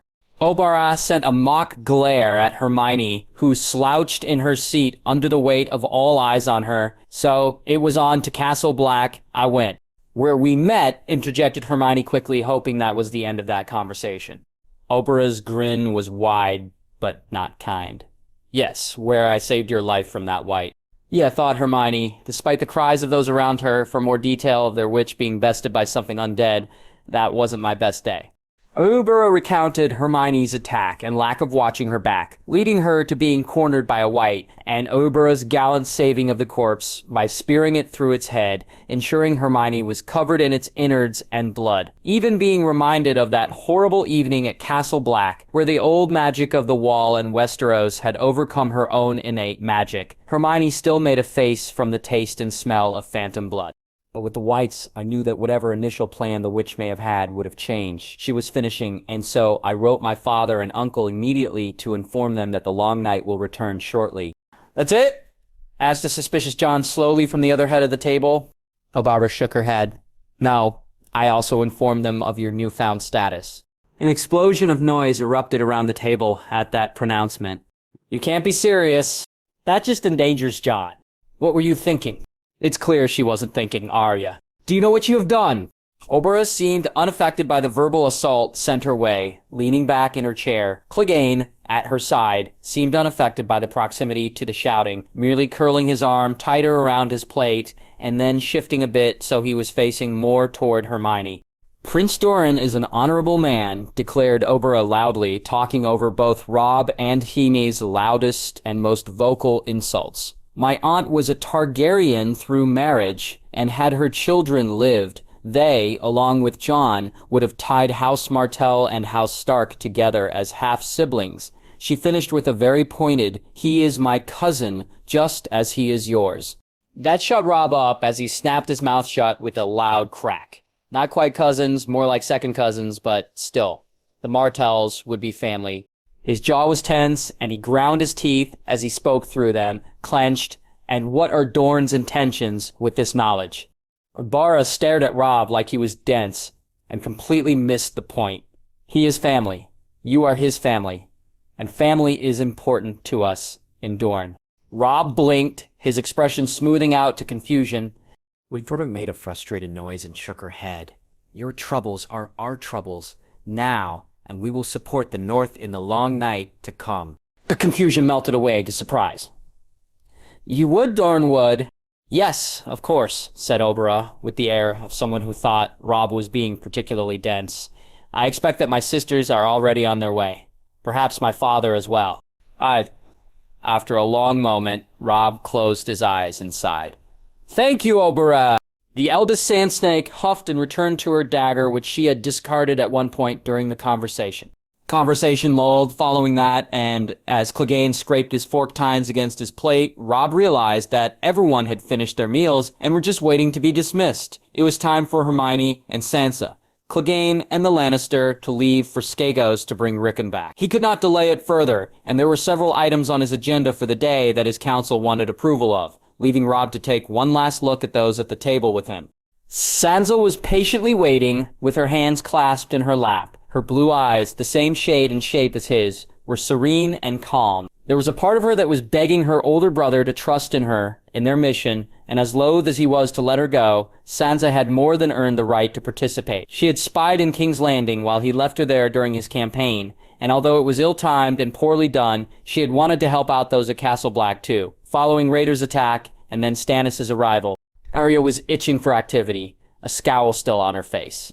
Robb knew he'd have to keep her busy in the weeks that Sansa, Jon, the Lannister, and Hermione were gone, as she often turned to them for entertainment at some point or another. Sparring with Brienne would be daily, and even if it pushed propriety out the window, Robb would have Gendry keep her company while hiding them both away somewhere. Jaime Lannister, for he could no longer call the man Kingslayer after reading his confession to Aerys' death, was laconic in his chair, but the absent drumming of his fingers indicated his own anxiety and eagerness to be back in battle, especially with his new golden hand. Jon was pale and sour-faced, most likely at the idea of returning to Castle Black without knowing his place. Was he the Lord Commander or heir apparent to the Seven Kingdoms? How would he be treated? How would he want to be treated? Robb and Jon had failed to set time aside to discuss their futures as king in the north and the Riverlands, which had ceded from the kingdom, and what that would be if Jon did become king. Or perhaps Jon was thinking of what lay beyond the wall. Robb shook his head the tiniest bit.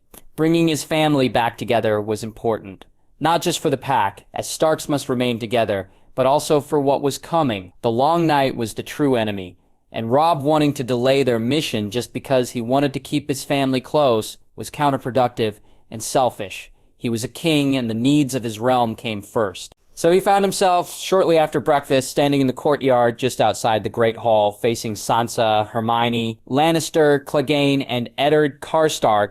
He smiled tightly, but genuinely, at Sansa first, moving from his position with his guard at his back to sweep his sister into his arms for a crushing hug. Be safe, he muttered into her hair. Stay with your guard, and do as Hermione tells you.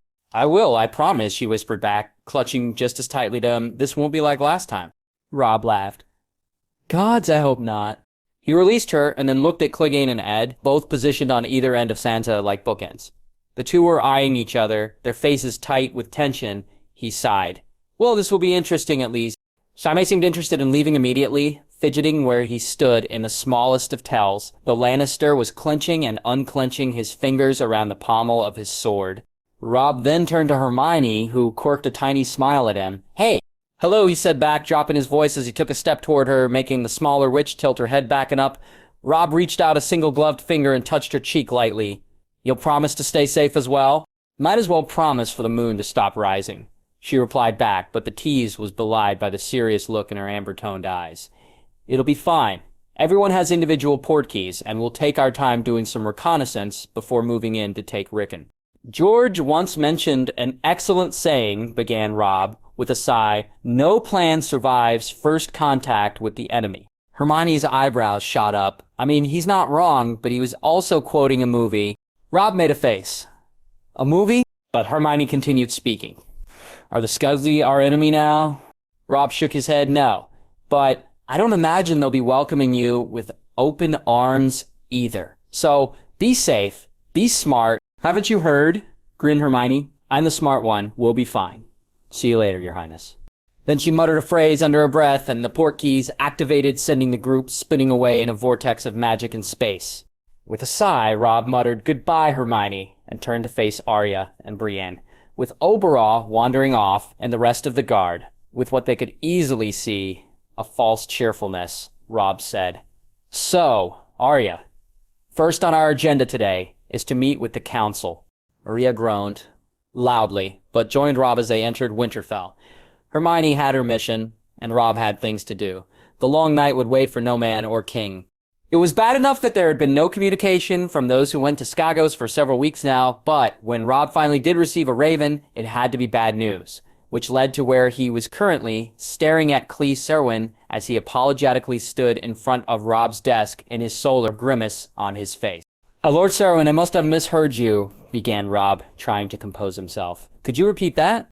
The man squirmed a bit, but sighed and dutifully recited, We received a raven late last night that Lysa Arryn had passed early last week. Her husband is assuming the duties of the Vale as her son. Your cousin Robin Arryn is too young and in ill health to handle the duties of Warden of the East. And her husband is? Robb prompted. Serwyn closed his eyes.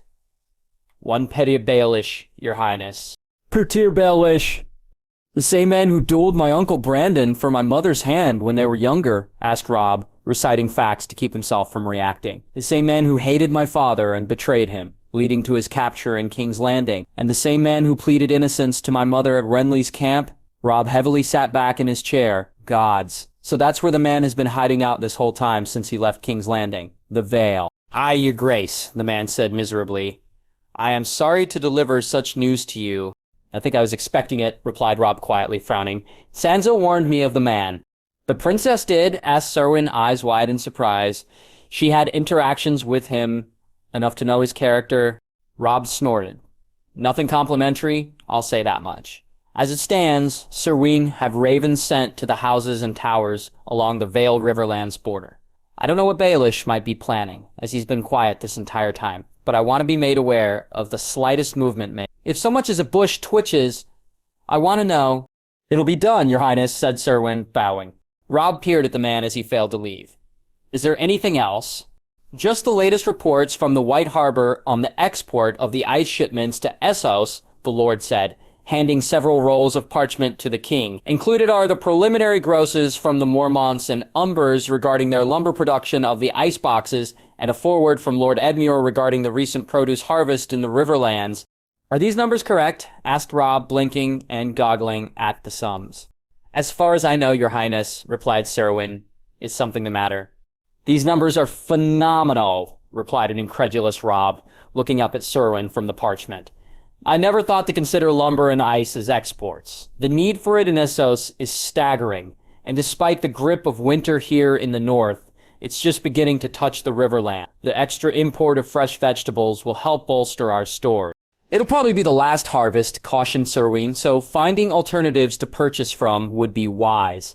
Indeed, agreed Robb, nodding. Perhaps some of our ships heading to Essos can make some tentative inquiries there, or we could consider entering negotiations with Dorne if Oberysand is to be believed and Prince Oberyn is on his way. A solid idea. Sarwin began to gather his belongings. Unless you require anything else from me, Your Highness. Robb shook his head, still slightly amazed at the figures. No, thank you, Lord Serwyn. Your work has been more than commendable in collecting this information and presenting it to me.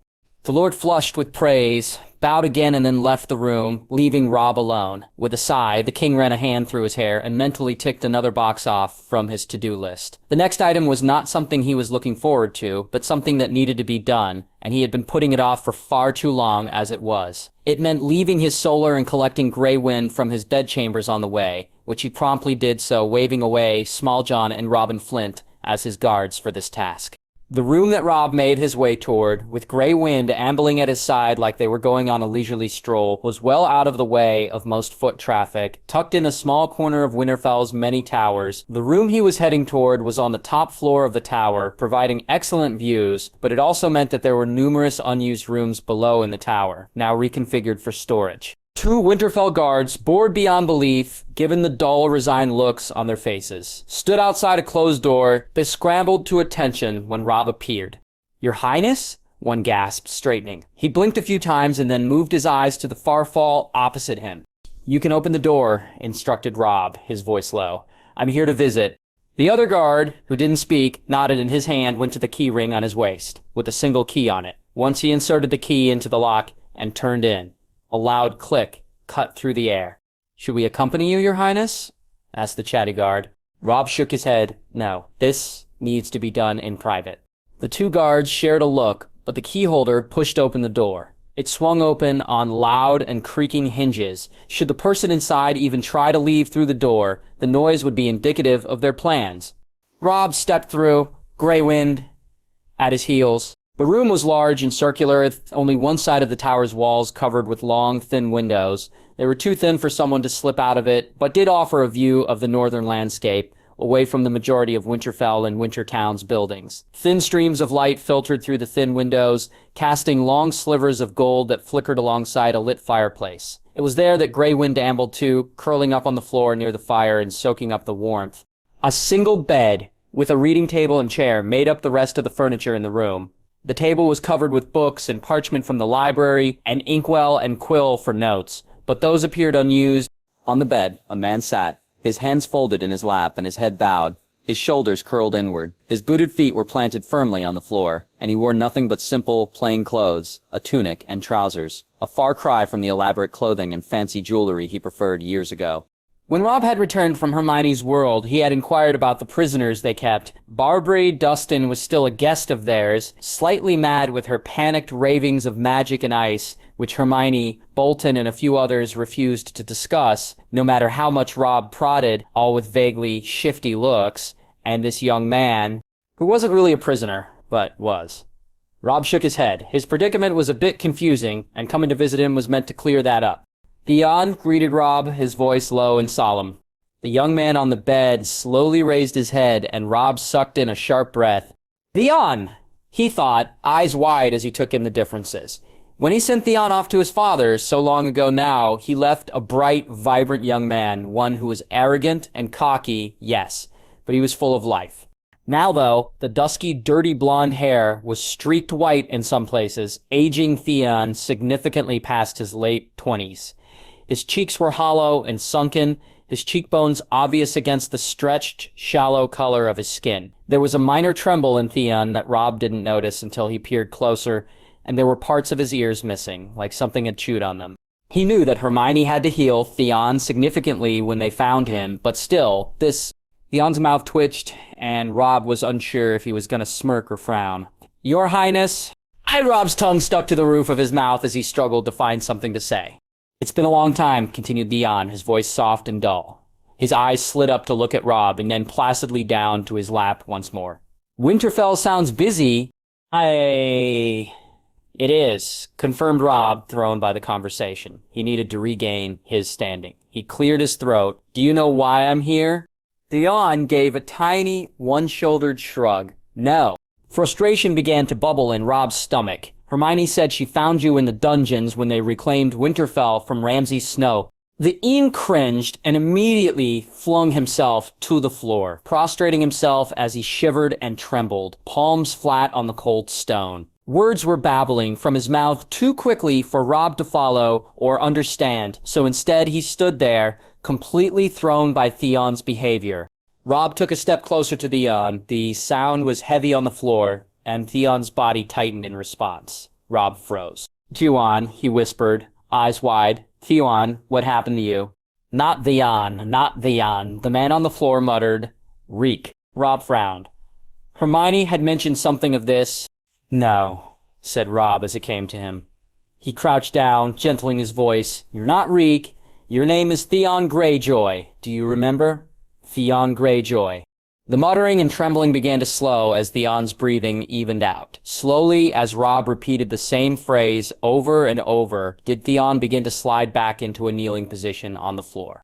When Theon finally looked up, his eyes meeting Robb's, they were shuttered. There was a blush on Theon's cheeks, and his eyes were cagey when he glanced to the side. "Thank you, Your Highness."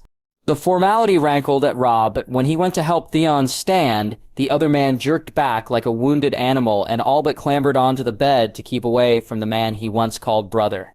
For a long time, Robb remained crouched on the floor, stunned at Theon's response to Ramsay's name.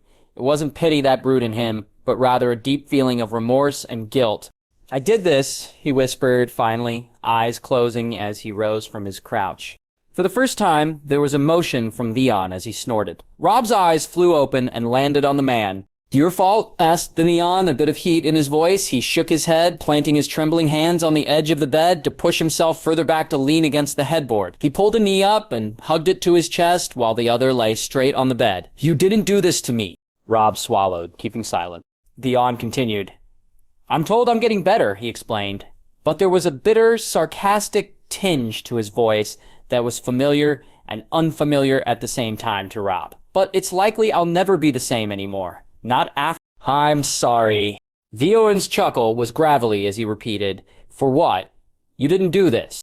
"I was the one who sent you away," replied Robb quietly, as he moved to the chair at the table. There was a meter or two between the two men, but it felt more like an entire ocean by the time Robb sat. "To my father," replied Theon, just as quietly as he played with a loose thread on his tunic, "which I wanted. I hadn't seen him in gods. It must have been nearly a decade." "And then?" asked Robb, trying to piece together things. Theon shrugged. "I picked a side. Turns out it wasn't the right one." The cavalier attitude stroked Robb's frustration and turned it into an inferno. The burst from him without warning, loud and clipped. "Why, Theon? Why? You were my friend." Theon glanced at Robb and said, very quietly, "A king has no friends, only followers and foe, and I didn't want to be a follower." Disbelief shot through Robb. "So you thought being my enemy would be better?" I made a mistake," began Theon, his eyes shifting away. "A terrible mistake." "I thought you killed my brothers," bit out Robb, standing from his chair. In a burst of movement, Robb's hands turned into fists, clenched at his side. It startled Theon. "They were your brothers too. We took you in, raised you, treated you as part of our family." "I was never part of your family," shouted back Theon, displaying the most emotion Robb had seen from him since he stepped into the room. The knee against his chest was dropped, and Theon swung both legs around to put his feet on the floor as he faced Robb head-on. "I was a hostage, a reminder of my father's good behavior, lest he lost another son." Robb reeled back. "I never thought of you as such." Bitterly, Theon breathed deeply through his nose, looking away. "It didn't matter if you did, that was the truth. And I couldn't bear it longer. So I did what I had to. I paid the iron price." He then turned back to face Robb, something earnest on his face. "But I couldn't kill them, Robb. I swear, I didn't kill them. I didn't kill Bran or Ricken." "I know." What? You know, there." Theon paused, his entire body stilling. Then he asked very quietly, carefully, "What does this mean for us?" "For me?" Robb slowly sat back down in his chair, feeling weary and the weight of more than his crown and nation on his shoulders. He let his hands dangle between his legs as he replied, just as quietly, "I don't know, Theon." The two men were silent, both left, looking at the other. In the space between them lay thousands of unsaid words, a symphony of regrets and fond memories that complicated their new positions. Finally, Theon spoke. "Robb, I never should have betrayed you. I should have been at your side, at the twins when—" "Don't," the word was bit out by Robb, who closed his eyes and brought his hand up to rub at his nose. He sighed tiredly. "Just don't." "I'm sorry." Theon's voice was very small when he spoke. "So am I. What will you do with me?" "I don't know," sighed Robb. He opened his eyes and they focused on Theon with laser-like intensity. "You betrayed the North. You betrayed my family, my trust. You betrayed me, your brother." Theon swallowed thickly, the words stuttering as he spoke. "I would understand. If you kill me, it's not less than what I deserve, if it allows me to make up for what I did." Robb let a disgusted noise slip past his lips and rolled his eyes. "Oh, shut up, Theon." Theon's mouth snapped shut. How is it that even a few moments with the Theon and we returned to the young boys, we were snapping and japing and falling into easy conversation? Mused Robb, the fondness for his friend, warring with kingly decisions. Finally, Robb asked, "Have you healed?" Theon hesitated. "I am better. Hermione was thorough. I was told what Ramsay Snow did to you." Vion's body jerked, the same as it did earlier. Master was... Robb grit his teeth. "You are your master, Theon. What he did was evil." Theon looked away, another flush high on his cheeks that curled up into the tips of his ears. Well, the one ear. Finally, Robb cleared his throat. "Have you heard the news?" Confused, Theon felt the anger and shame flush from his body at the change in conversation, and he slowly shook his head. Robb continued, "About the White Walkers." Theon blinked and then weakly joked, "I don't get out much these days." "Figures," thought Robb, rolling his eyes. "What about them? They're just myths." "Stories. They're real." Theon froze. "What?" "They're real," repeated Robb quietly. He began to run one finger around the wood grain of the table. "When I was at Castle Black, the dead, they reanimated. They moved on their own, killed others. I saw them with my own eyes." That Desane's jaw was unhinged as he gasped. "There's a war coming," said Robb, "between the living and the dead." Something in Theon shifted, the look in his eyes or the way he held his body. "What are you trying to say, Robb?" "I want my friend at my side," Theon replied, Robb, looking up from the wood grain. He paused, swallowing a bit, and then admitted, "I miss him." Something like regret passed across Theon's face. "I'm not that man anymore. I can't be." "I know." The two fell into silence once more, and then Theon spoke. "I'm sorry." A weak smile crossed Robb's lips as he shook his head. No, don't. It's my fault. I should have realized. Hermione warned me." "Hermione? You've mentioned her a few times." There was a weak wiggle of Theon's eyebrows before they smoothed, and he asked, "The witch?" Robb nodded. "Yes." "Is she as powerful as they say?" Theon asked. I can barely remember, but the guards, they say she found me in the dungeons, healed me." "She did," confirmed Robb. "I owe her then," mused Theon aloud, turning his eyes upward as he began to relax again, resting on one arm. "She didn't do it for that," replied Robb, his voice a bit sharp. "I know, but still," said Theon, his voice turning pensive. I can't fight at your side, Robb. You shouldn't honor me with that." Robb watched Theon carefully as the man worked through what he wanted to say. But I want to earn your trust again. I want to be the man you think I can be." "Oh?" Robb's voice was deceptively light. Perhaps I can thank the witch," asked Theon, licking his lips nervously. "By being her guard." For a moment, Robb stared at him. Then he doubled over, snorting with laughter, the noise breaking the stillness of the room to such a degree that Grey Wind looked up in annoyance from having his nap interrupted. "What bit Theon?" offended by Robb's response. I can still shoot an arrow." Then he frowned and mumbled, "I think, anyway." Robb waved a weak hand in the air as he caught his breath. "Please, no, go ahead, join Hermione's guard. It'll give the others a break, and I'm sure they'd love the entertainment." Theon blinked. "Entertainment?" Hermione has this neat trick. She can disappear and reappear wherever she wants, answered Robb, fondness creeping into his voice as he spoke about her. And she hates having a guard. She's told me time and time again that she chafes under it. Often calls it babysitting duty, so when the guards annoy her or she reaches the end of her patience with them, she tends to apparate away somewhere opposite to her guards in Winterfell, leaving them chasing after her. It's a rather amusing game of hide and seek. Theon stared at Robb with wide eyes. However, Robb was warming up to the idea, leaning back in his chair to a lounging position as he continued, mirth in his voice. Very well, Theon. If that's what you want, you can join Hermione's guard. Aren't you worried I betray you again? Asked Theon, his voice very carefully modulated. Robb shook his head, a small, tight smile on his face. No. Why not? Robb's smile turned predatory as he cheerfully replied, because Hermione'll turn you into a ferret if you annoy her, and will likely let Grey Wind play with you until you learned your lesson. Theon's face rapidly paled. Robb continued as he stood from the chair. I'll schedule you in once she returns from Skagos.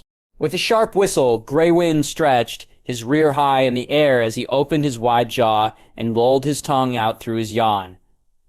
The direwolf then slowly made his way to Robb, weaving a bit as he struggled to get out of a sleeping mindset and back into guarding his human. The two then walked toward the door, leaving Theon panicking on the bed, frozen in place as he realized what he might have signed up for. At the door, Robb paused, while Grey Wind went ahead. His voice was loud enough that Theon heard it, despite not facing him. Theon? The Ironborn looked up, catching Robb's gaze as the king glanced at him over his shoulder. The door to his room was partially open, and he could see the presence of at least one guard standing outside of his room, hovering just partially out of sight. Despite how things are now, I did miss you. I missed our friendship, the king in the north admitted. Theon's spine, once ramrod straight, curled in relief. Me too. That said, continued Robb, his voice immediately turning icy, he was the king in the north now, and winter was coming. Don't fuck this up, because if you do, I will finish what Snow started. Do you understand? Theon, frozen, shivered.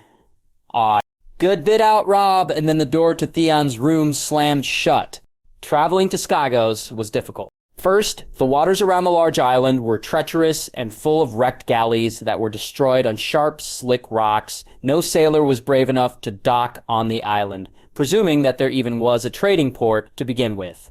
Second, Hermione had never visited the island previously, so she had no visual component for her port keys or to apparate to.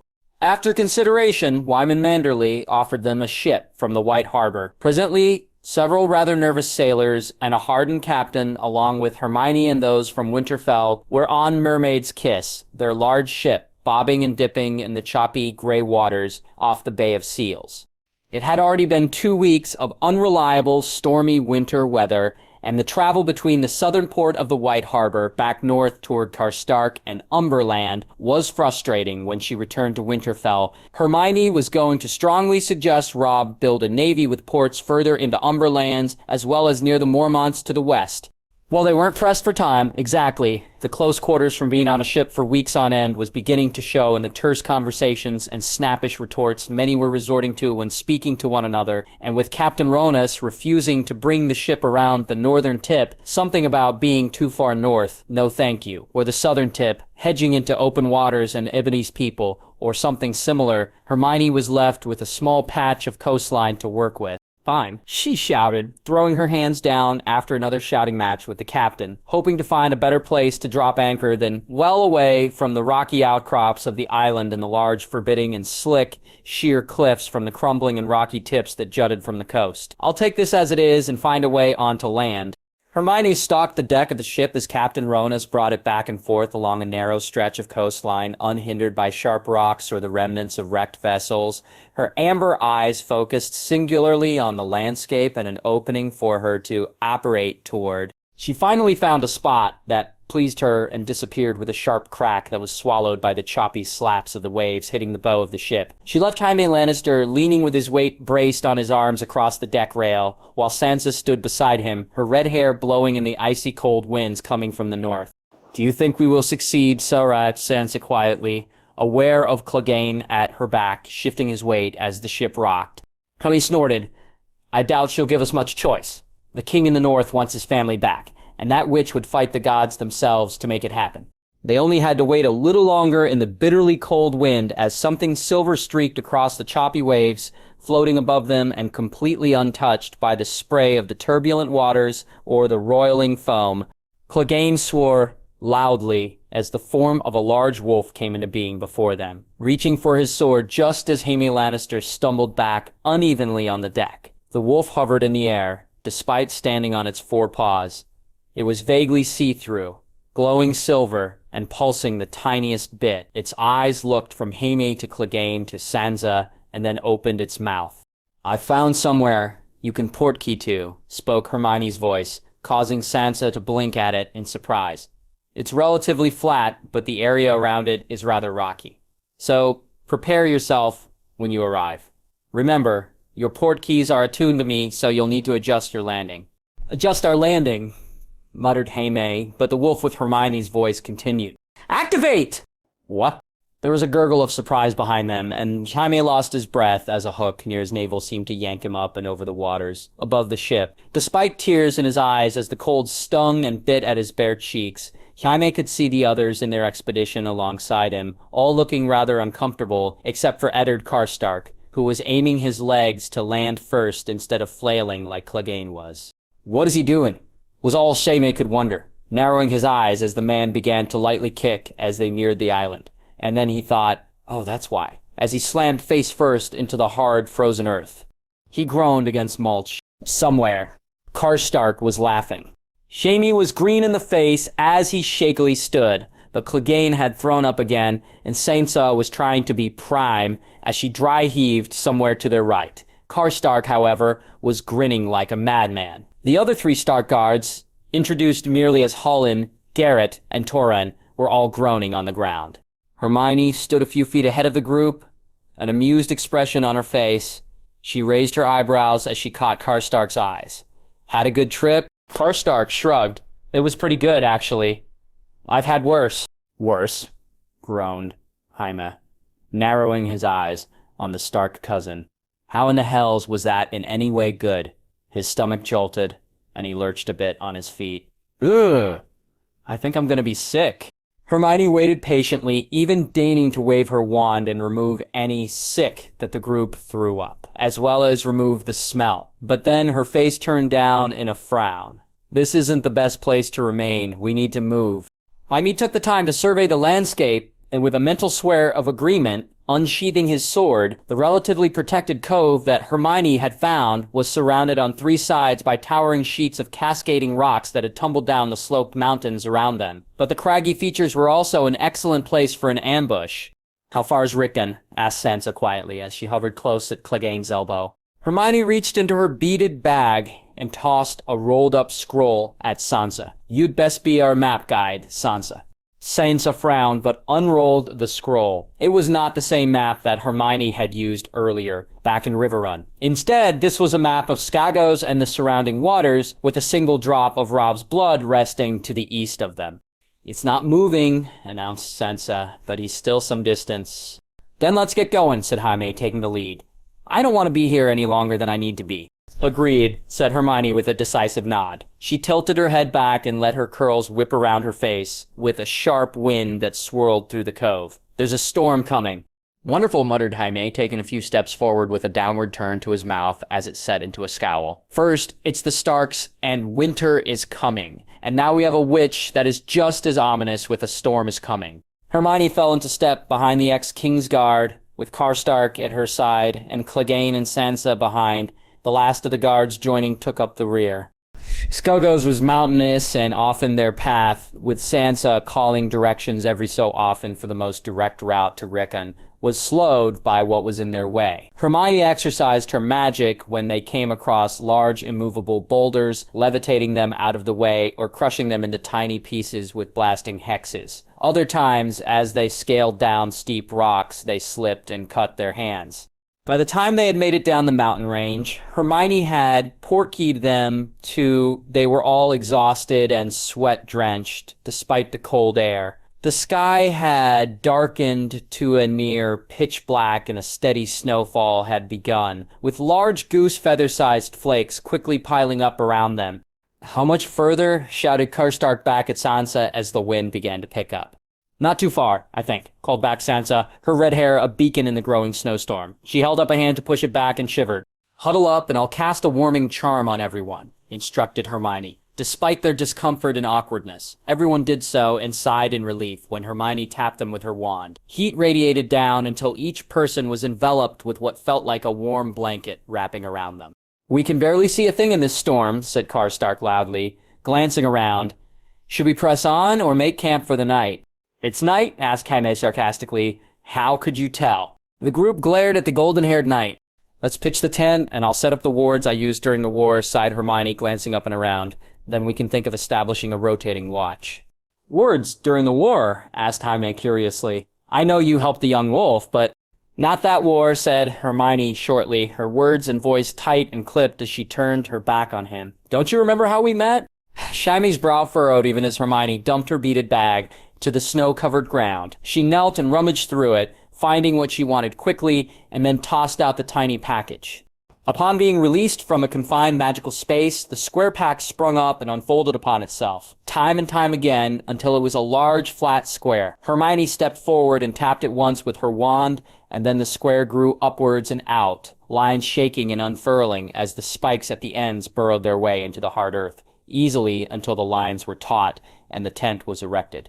Clegane blinked, muttered something under his breath about a warm drink, and then strode forward and past the cloth barrier and into the tent. Sansa scurried after him, with Karstark and Holland on her heels, with Garrett, Torrin, and Jaime standing outside, staring at the tent with ill ease. "It's perfectly safe, but if you prefer being outside during a blizzard, that's your choice," said Hermione smartly, and then she too disappeared into the tent. After a long moment of uneasy looks shared between the men and uneasy glances upward at the low-hanging gray clouds, the men scurried after her, eager for some peace and quiet in a warm, protected location. It was not perfectly safe, as they discovered 30 minutes later, when something large and heavy threw itself at the side of their tent before Hermione had the opportunity to go outside and set up any perimeter wards. Although the tent was magically enhanced and withstood the attack, the side of the tent buckled inward nearly into Karstark's side, brushing up against him where he sat in an armchair with a mug of hot chocolate. "What the—" he spewed the drink down his front. Clegane, Lannister, and Holland all leaped to their feet, swords in their hands as they raced out of the front flap, just as Hermione absently waved her hand and the spilled hot chocolate vanished, leaving Karstark's tunic clean and fresh. "Stay here," instructed Hermione, racing after the other three with Eddard on her heels, while Garrett and Torrin shuffled Sansa to a defendable spot in the middle of the tent. "But," sputtered Sansa, looking around in bafflement. She turned to Garrett and Torrin and asked plainly, "Aren't I the one who is supposed to convince Ricken to join us?" Outside the tent, Hermione ran into chaos. Between the thick, blowing snow, the bitter cold, the thick darkness of the night, and the oddly high-pitched shrieks that sounded like birds being murdered, it was hard to focus. A thundering crash of thunder reverberated across the sky, shaking Hermione deep in her bones as lightning lit up the far-distant mountain range with a vivid blue. The warming charm she had cast earlier remained, but despite them, the bite of the freezing weather caught at Hermione and stole her breath for a moment, leaving her hesitating and wondering where to go. A flash of black darted past her in between the white and gray of the turned weather, as well as a glittering flash of a sword and a spurt of red as blood caught and flew. A low growl indicated that it was Clegane. Something fell into the snow, sending up white powder as it heavily landed, staining the area around it red. Hermione ducked the sword's swing in time, crouching just as Clegane nearly overbalanced. "Watch it!" she snapped, glaring up at him. He grunted. "Can't see in this snow." He squinted down at her. "Can't you do something about it?" Hermione blinked, and then pressed her lips into a thin line. "I can. Watch my back?" He nodded in reply as she stood. Hermione took stock of the surrounding area of the impossibility of sight, gently rolling her wand between her fingertips as she considered what to do. Then she took a deep breath and held her wand up and aloft. She began murmuring under her breath, the spells tumbling off her lips as her magic pushed against the elements around them, and also something else magical but old and twisted and worrisomely dark. Sweat began to bead against Hermione's brow, and her breaths grew labored as she felt that other presence push back the tiniest in curiosity first, and then with more determination as her magic brushed up against it. She braced her feet physically and cut her wand down sharply across her body, her murmurs growing louder as she pushed back. The presence did the same, and then suddenly it was gone, like something else drew its gaze, letting her stumble forward into the snow. Hermione's magic surged and burst out from around her in a golden circle, sparks bouncing off one another bright and sizzling against the snow. The wind disappeared first. The howling was suddenly muted and the snow stopped blowing, leaving the large flakes to gently float down. The small crag of rocks behind the tent began to glow, illuminating the area and revealing the carnage that a few moments wrought. Holland was on the ground, the snow a bright red around his bisected middle and his eyes glassy, even as the falling snow began to slowly blanket him in a white shroud. There were two bodies around Clegane, one near Hermione, and both were dead. The one closest to Hermione was the one she had seen die as she stepped out of the tent. However, there were several others around them, coming from a gap between two, now glowing rocks.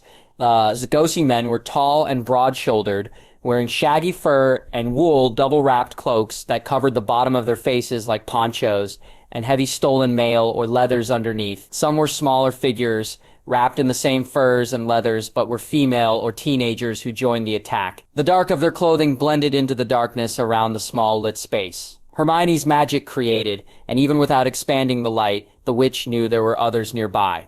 Ed still had one of the Skagos in his grip, having abandoned his sword and reducing the two to using their fists, teeth, and feet. The two were grappling with each other, their grunts some of the only noise in the illuminated circle of light. Lannister, on the other hand, had his sword pointed unerringly from the neck of his quarry, the tip pressing against the soft, vulnerable flesh. The man at Lannister's mercy had both his arms extended to the side, empty-handed, but a thick scowl, barely visible from beneath a bushy beard, indicated his thoughts on the matter. One of the Skagos that emerged from the craggy rock spat something at the group, while the two flanking him, a man and woman, drew back their bows and arrows, ready to release. One of those arrows was aimed at Ed, who grunted, as the Skagos shoved him far enough back that he managed to punch Karstark hard against his jaw. Ed stumbled, spitting blood from his mouth, and ready to swing around to continue the fight. The woman with the bow released the arrow with a loud twang. Hermione jerked her wand arm up, a protego, escaping her lips sharply as the invisible barrier slammed into place in front of Ed. The arrow bounced off and he turned his head to glance at it just as the Skagos man's hand hit his square jaw, already turning dark with bruises, and sent him reeling back again. Shouts of surprise at Hermione's save of Ed from the arrow caught her attention, and she wrenched her eyes off Torrhen's older brother to see Clegane dart in front of her, sword swinging up and gleaming in the light of her glowing rocks as he blocked the downward swing of a Skagos man in shaggy fur. Clegane's sword bit into the fur, and then further, a stream of hot blood catching on his sword tip and making the man hiss as he leapt back to avoid being bisected. The large Skagos man, with the two archers on either side of him, barked something in their guttural language. The man Clegane was fighting scowled and spat something at them, backing up with a hand pressed at his chest, where Clegane's sword caught him. A loud, wet smack made Hermione turn, seeing Ed had caught the man he was fighting around the middle, threw him back and down, and was pummeling his face. Hermione sharply cried, "Ed, stop!" And the Karstark froze. "Fancy some translation, witch, or should we just kill 'em all?" asked Lannister, a sardonic tinge to his voice that barely restrained the eagerness he held in wanting to continue the fight. He was the only one who hadn't moved when the others fought, his eyes remaining on his enemy. His golden hand glinted off the light from her spell, and the man at his sword point winced as it struck him in the eyes. The smirk on Jaime's face was clear that it had been a deliberate move. Hermione swallowed, glancing around. She was sure she could disarm some of the men and women that were surrounding them in the clearing, as well as surrounding their tent, but not all of them, and not with enough warning that they would escape with their lives. The Portkeys were meant to return them to Winterfell, with Ricken, not an entire group of Skagos warriors. Hermione winced at the idea of unleashing them in Winterfell, despite how well protected the ancient fortress was, and with those soldiers who remained behind. They were used to enemies coming from beyond their walls, not within. The same Skagosi said something again, but then changed direction, and in a deep voice spat Southern. The northerner in the group, Eddard Karstark, bristled at the insult and Hermione sighed. We're not weak-ass pansy Southerners, spat Karstark, glaring at the Skagosi nearest him. That man remained unmoved, staring at the burly man, but the leader with the flanking him sent a dry, disbelieving look toward Jaime Lannister in his gleaming golden armor, and Clegane, who, despite his mercenary-like boiled leathers and fur-lined cloak, wore more steel than the Skagosi combined. Hermione pursed her lips. Shut up, Ed. She turned to the leader, taking a cautious step forward. She kept her wand pointed to the ground, but prepared to whip it up with a protego if necessary. We don't mean to intrude. We're looking for someone. We mean no harm. Speak for yourself, muttered Jaime, and Hermione nearly groaned as his words carried in the clearing. Why are you here? The man continued, the bubble sound coming off thick and reminding Hermione of Victor and his pronunciation. We're looking for someone, began Hermione, keeping her hands out despite holding her wand in one. She hoped she looked non-threatening. The man snorted. You are not welcomed here. Hermione pursed her lips. I'm getting that impression, yes. Thank you. We just need to find someone and then we'll be on our way. Hermione grit out, eyes darting around the group, searching for the right, red-headed, tiny figure that should be Ricken. Leave, the leader spat, recessed eyes dark and hooded. Leave, now. Hermione bit back a scowl of her own, eyes darting around. What do we do, witch? Muttered Clegane, nearest to her. Just say the word, added Jaime, his voice carrying. Hermione resisted the urge to snap at him for making things worse. Did he never take anything seriously? How was she to guarantee their safety if he continued to persist in being a git? As Hermione tried to think, thoughts racing from one potential to another, and easily discarding each as it came in an increasingly hopeless situation, how would she ever tell Robb that she failed in returning Ricken to Winterfell? Sansa stepped out of the tent behind them, Garrett and Torrhen flanking her. She drew all the eyes, her bright red hair gleaming against the snow in the clearing, Hermione's magic lighting up the rocks and still sizzling in the air, mimicking the falling snowflakes, bounced off the auburn, turning strands golden and highlighting Sansa's beauty. She drew back her hood, blue eyes imploring the men standing around the Winterfell group as she spoke softly, Please, please, sir, I am looking for my brother. I know you. The words were loud enough that everyone heard them, but there was a plaintive quality, a shakiness that betrayed uneasiness. Everyone turned to face the speaker, and Hermione bit back a gasp when one of the tall, skinny, fur-wearing warriors stepped out from behind a female. Lurking at his back was a giant black direwolf. Merlin, she breathed, eyes wide. She unconsciously took a tiny step back.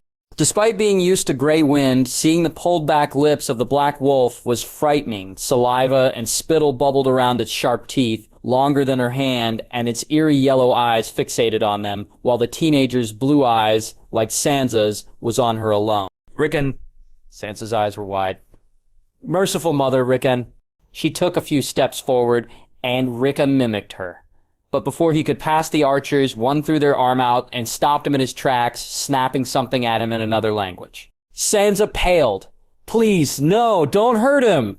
What do you want with the boy? The leader asked, his voice growing thicker in his anger.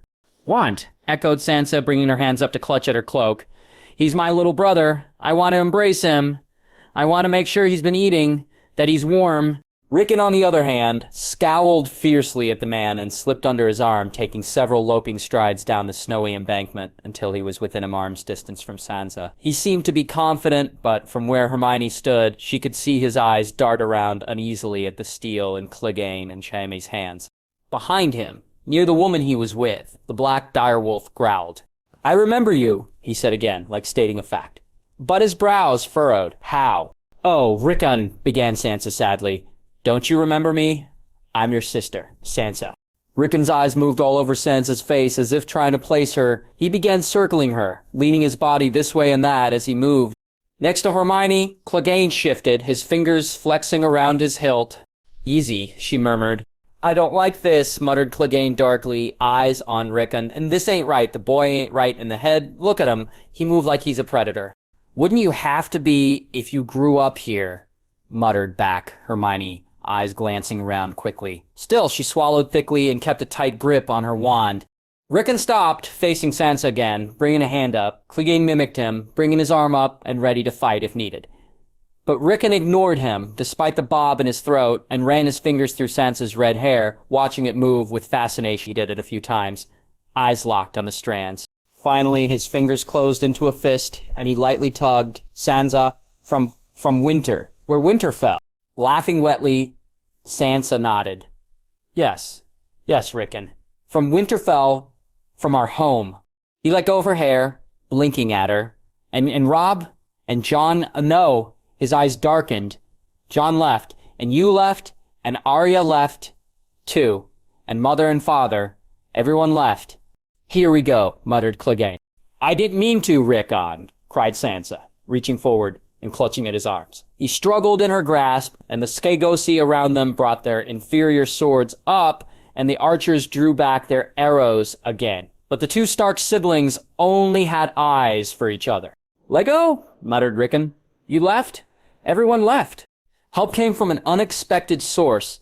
The female warrior that had been standing near the wolf stepped forward, placing a hand on the teen's shoulders. She muttered, Little Lord, calm yourself. This is your sister. Don't you recognize her? I do, Osha, but Rickon trailed off. She'll leave again. I won't, Rickon, I promise, cried Sansa. Till you'll stay? Here? Asked Rickon, eyes wide and full of childish hope. With me on Skagos? Sansa bit her lip. Rickon, I can't stay. You just said you wouldn't leave me, howled Rickon, backing away and into Osha. I can't stay because I want to go home to Winterfell, cried Sansa, raising her voice to match Rickon's shouts. Robb's there, and Arya too, and Jon, and we're gonna find Bran soon, so we're all together again, Rickon. He froze. Together? Sansa nodded. And Mother and Father... Her face crumpled. Oh, Rickon, no. They're gone. No, he shouted, eyes wild and a snarl on his face. No. Little Lord, listen to your sister, said the furred woman, her voice low and raspy. You can return to your home where it's safe. See your family again. You're my family, Osha, muttered the teenager petulantly. Sansa choked back a sob, and Hermione could barely take it. She stepped forward cautiously, easing herself next to Sansa. She tried to modulate her voice enough like when treating younger Gryffindors when she was a prefect and asked, Don't you want to see Winterfell again, Rickon? From under a very curly mop of hair, Rickon eyed her warily. Don't you want to see Robb and Jon again? Fight with Arya? Prompted Hermione soothingly. Help us find Bran and bring him home?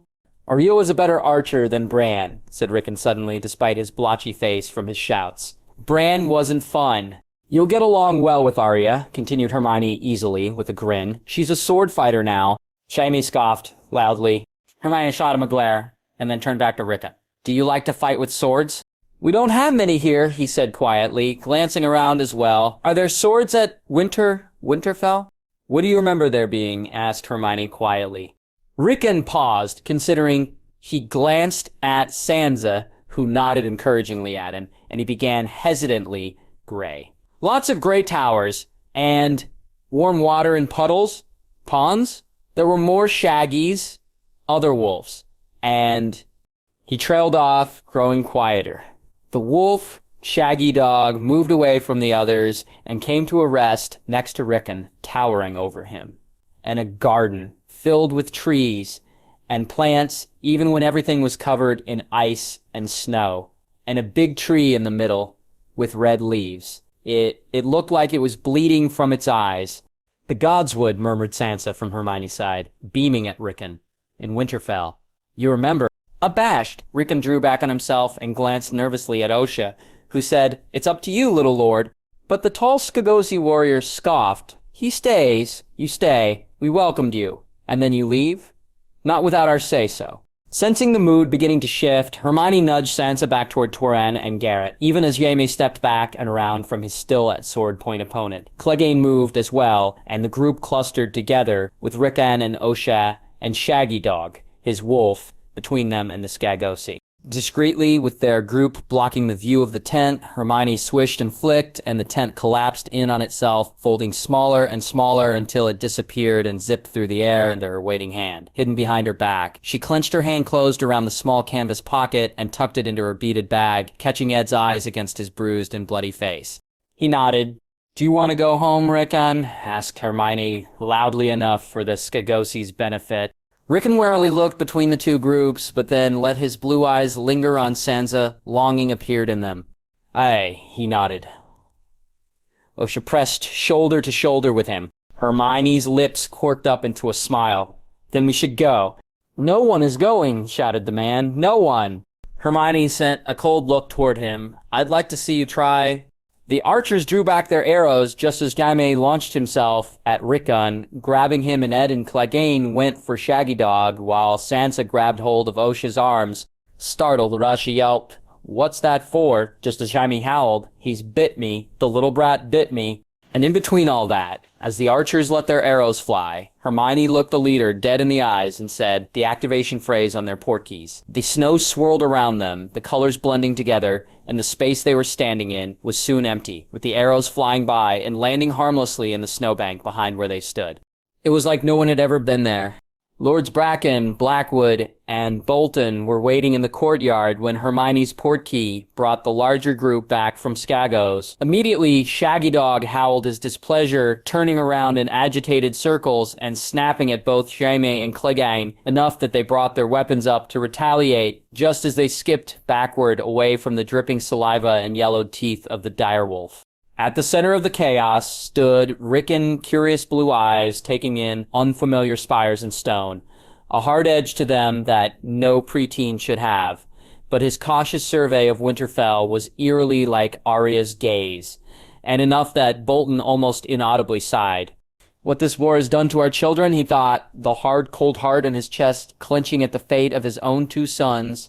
"Nothing has changed," asked Ricken tentatively as he slowly moved in a circle. A sharp pull in Bracken's face and a general sigh from Blackwood made Hermione grin. She knew what they were thinking. Ricken didn't throw up on his first portkey trip and had recovered rather well. "There are some changes," said Sansa, stepping forward tentatively as she brushed her fingers lightly across Ricken's shoulder. Both Clegane and Eddard Karstark were on her heels, both men carefully watching the youngest Stark. He jerked back, skipping away from her and closer to a wild-looking, dark-haired woman in layered clothing. Shaggy Dog growled and snapped once more at Hyman and Obara before moving to his master. Rickon shrugged. "Dunno. Can't tell." "It's the same, little lord," the woman at his side soothed. She, too, had been looking around in partial awe and displeasure. "It's been a few years." "Too many," a new, solemn voice said, and the group turned to face the three lords that greeted them, and the man who strode toward them through the wide doors of the great hall. Ricken's brow furrowed as he took in the man. From his leather boots to the spiky bronze crown in his dark red hair, he did not look like the Magnar with his wild black hair and thick black beard, nor did he look like any of Stain with their hulking mass and thick hairy arms. But there was something familiar in his long face, in the hard stare of his eyes. The towering sand and gray-colored direwolf at his side, its bearing just as regal as the man's, caught on Ricken's memories. Shaggy Dog huffed loudly, tilting his nose in the air and sniffing. The other wolf cautiously padded forward past the man just as Shaggy Dog moved from Ricken's side. Shaggy's head lowered, and he pulled back his lips, exposing pink gums and yellowed teeth as he growled low. The other wolf tilted its head to the side, but remained upright and puffed its chest a bit, the fur rippling and ruffling so that he appeared larger than he was, and barked sharp and low, and then with a quick move, launched at Shaggy Dog. He tussled the black wolf to the dirt, pinning the wolf with two massive paws and his jaw around Shaggy's neck. "Shaggy!" cried Ricken, eyes wide as he took a few steps forward to do something to help his loyal wolf. But then the larger gray wolf let Shaggy Dog go, and Shaggy rolled on the ground, belly up and whining, and then the gray wolf was licking Shaggy Dog's neck, and Shaggy was panting in happiness. Ricken froze. He'd seen this behavior before, a long time ago. The man with the crown descended the few steps from the top of the patio until his boots hit the dirt of the courtyard. He was only feet away from Ricken and towered over him in thick furs and dark colors, and looked so familiar, like a memory that was just out of reach. Ricken. The child could hear Sansa's voice. "Ricky, do you remember?" "Robb," he breathed, just as Sansa spoke the same name, their voices mingling. Ricken's eyes, the same eyes as his older brother's, he realized now, widened. "Robb! Robb!" Then Rickon launched himself at his eldest brother, and Robb knelt in the dirt, uncaring of staining his fine clothes as he caught Rickon in his arms and hugged him tightly. There was a familiar smell of sweat and crisp winters and wolf that carried Rickon to a long-forgotten memory of a time before Robb left to go south to avenge their father. The memories were returning to him, now faster than before. Still in Robb's arms, content to be with his big brother, he missed what was happening around him, but he heard the echoes of a rumble in Robb's chest. He drew his head back and listened to the conversation around him. "It difficult?" asked Robb. The curly-haired witch shrugged. "It wasn't easy. We've a few injuries." "Speak for yourself," retorted the Lannister, tossing his head back. "The little heathen bit me." Robb smothered a laugh. "Bested by a child, Lannister. Perhaps you need to return to the training yard." "Not a bad idea to keep our skills sharp," a woman grinned, although it was all teeth and Rickon found he liked it. She did a fancy twirl of her staff. "What do you say, sir?" "Anytime, Sand," gritted out Lannister, staring hard at the woman. "How about after you both fight me?" called out another voice, a familiar one, and Rickon pulled from Robb's arms to watch as a dark-haired girl with a long face in breeches came to stop next to Robb, staring at Rickon. He stared back. "I know you." She nodded slowly. "You Bran would climb, but you would fight," continued Rickon, frowning as he puzzled her out. He mentally went over his family in his head. His father, who looked like this girl, he thought, anyway, and his mother, who had red hair and blue eyes, like Sansa, although with a much sharper voice. Robb, who was now standing at his side, but there was someone missing. Arya, the name came to Rickon quickly. He turned sharply on his heels, looking around the courtyard as those who journeyed to Skagos began to peel off to other duties or to speak in groups. "Where's Jon?" "At the wall," replied Robb quietly. "Why did he leave?" demanded Rickon, narrowing his eyes on Robb. "Why does everyone leave? Why don't we stick together?" Robb sighed, eyes closing. When he opened them, they were pained and there was a grimace on his lips. "We shouldn't have left, Rickon. None of us should have." "The lone wolf dies," said Sansa quietly from his other side. "But the pack survives," finished Arya. "And we're getting our pack back," continued Robb, reaching out to touch Rickon. He allowed it this time. "One by one, we're bringing our family home to Winterfell." With Grey Wind and Shaggy and Summer, Rickon turned to look at Sansa and Arya. "Where Lady and Nymeria?" Sansa's face immediately crumpled. "Lady is dead." Arya scrunched up, the gray of her eyes fading just the tiniest bit as her thoughts turned inward. "Nymeria is on her way. I think she's getting closer." "And Ghost is with Jon," replied Robb, "at Castle Black. We think Bran and Summer are beyond the wall." Rickon nodded. Jojen and Mira took Bran and Hodor. It was Jojen's idea. "To go beyond the wall?" asked Robb, and then he was glancing over Rickon's shoulder, so he turned and saw that the witch had inched closer and was listening. Rickon stared at her, unsure if he could trust her despite being part of the group to bring him home, but he turned back to Robb instead to address him. Jojen said he saw something. It was Bran's destiny. "Destiny?" asked the witch. She was startled, eyes wide, and her face a bit pale as she glanced at Robb. Rickon nodded slowly. "Did Jojen say anything else, Rickon?" asked Robb, clutching at Rickon's shoulders. "Anything about his destiny or where they went or why? This is important. Please, do you remember?" Rickon chewed on his dry lips and thought back to the chaos just before the Ironborn took Winterfell when he and Bran and Hodor and Osha were hiding with their wolves in the crypts. The three-eyed raven. "The what?" asked Arya loudly. Rickon shrugged. Bran said he had to meet with the three-eyed raven, and Jojen said it was north of the wall. Robb sighed and let go of Rickon, standing to his full height as he turned to the witch. "It's something. The map will help," she replied, her voice even and calm. She turned to him, staring down at him, and Rickon stared back at her. "Thank you." "Are you going to get Bran?" asked Rickon. She nodded. "Good," he said firmly, before turning back to Robb.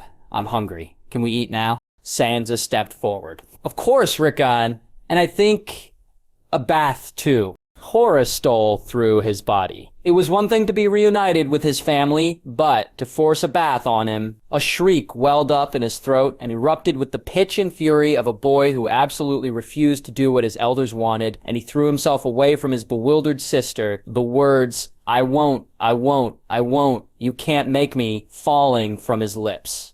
Somewhere off to the side, Gloria snorted, shaking her head. "Ah, just like old times.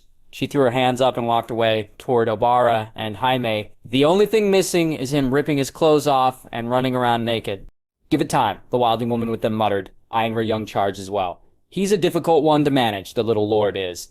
If that's difficult, then Bran will be a breeze, commented Robb idly, staring at his youngest brother as he wailed and began rolling in the dirt, as though caking it on would deter Sansa from bathing him. Hermione groaned. You just had to say that, didn't you? Confused, Robb glanced at her, and she continued, That's like saying nothing can go wrong, Robb. Well, there will only be wildlings, right? Said Robb, even if his voice was a bit shaky. And the cold, and maybe some whites. But you managed that well enough. But Hermione leveled him a dead-eyed stare, and Robb sighed. Yeah, it was wishful thinking on his part, too, that everything was going to be easy. With their luck, Bran would probably be in the middle of a cannibal camp. It's not like it could be worse than that, right?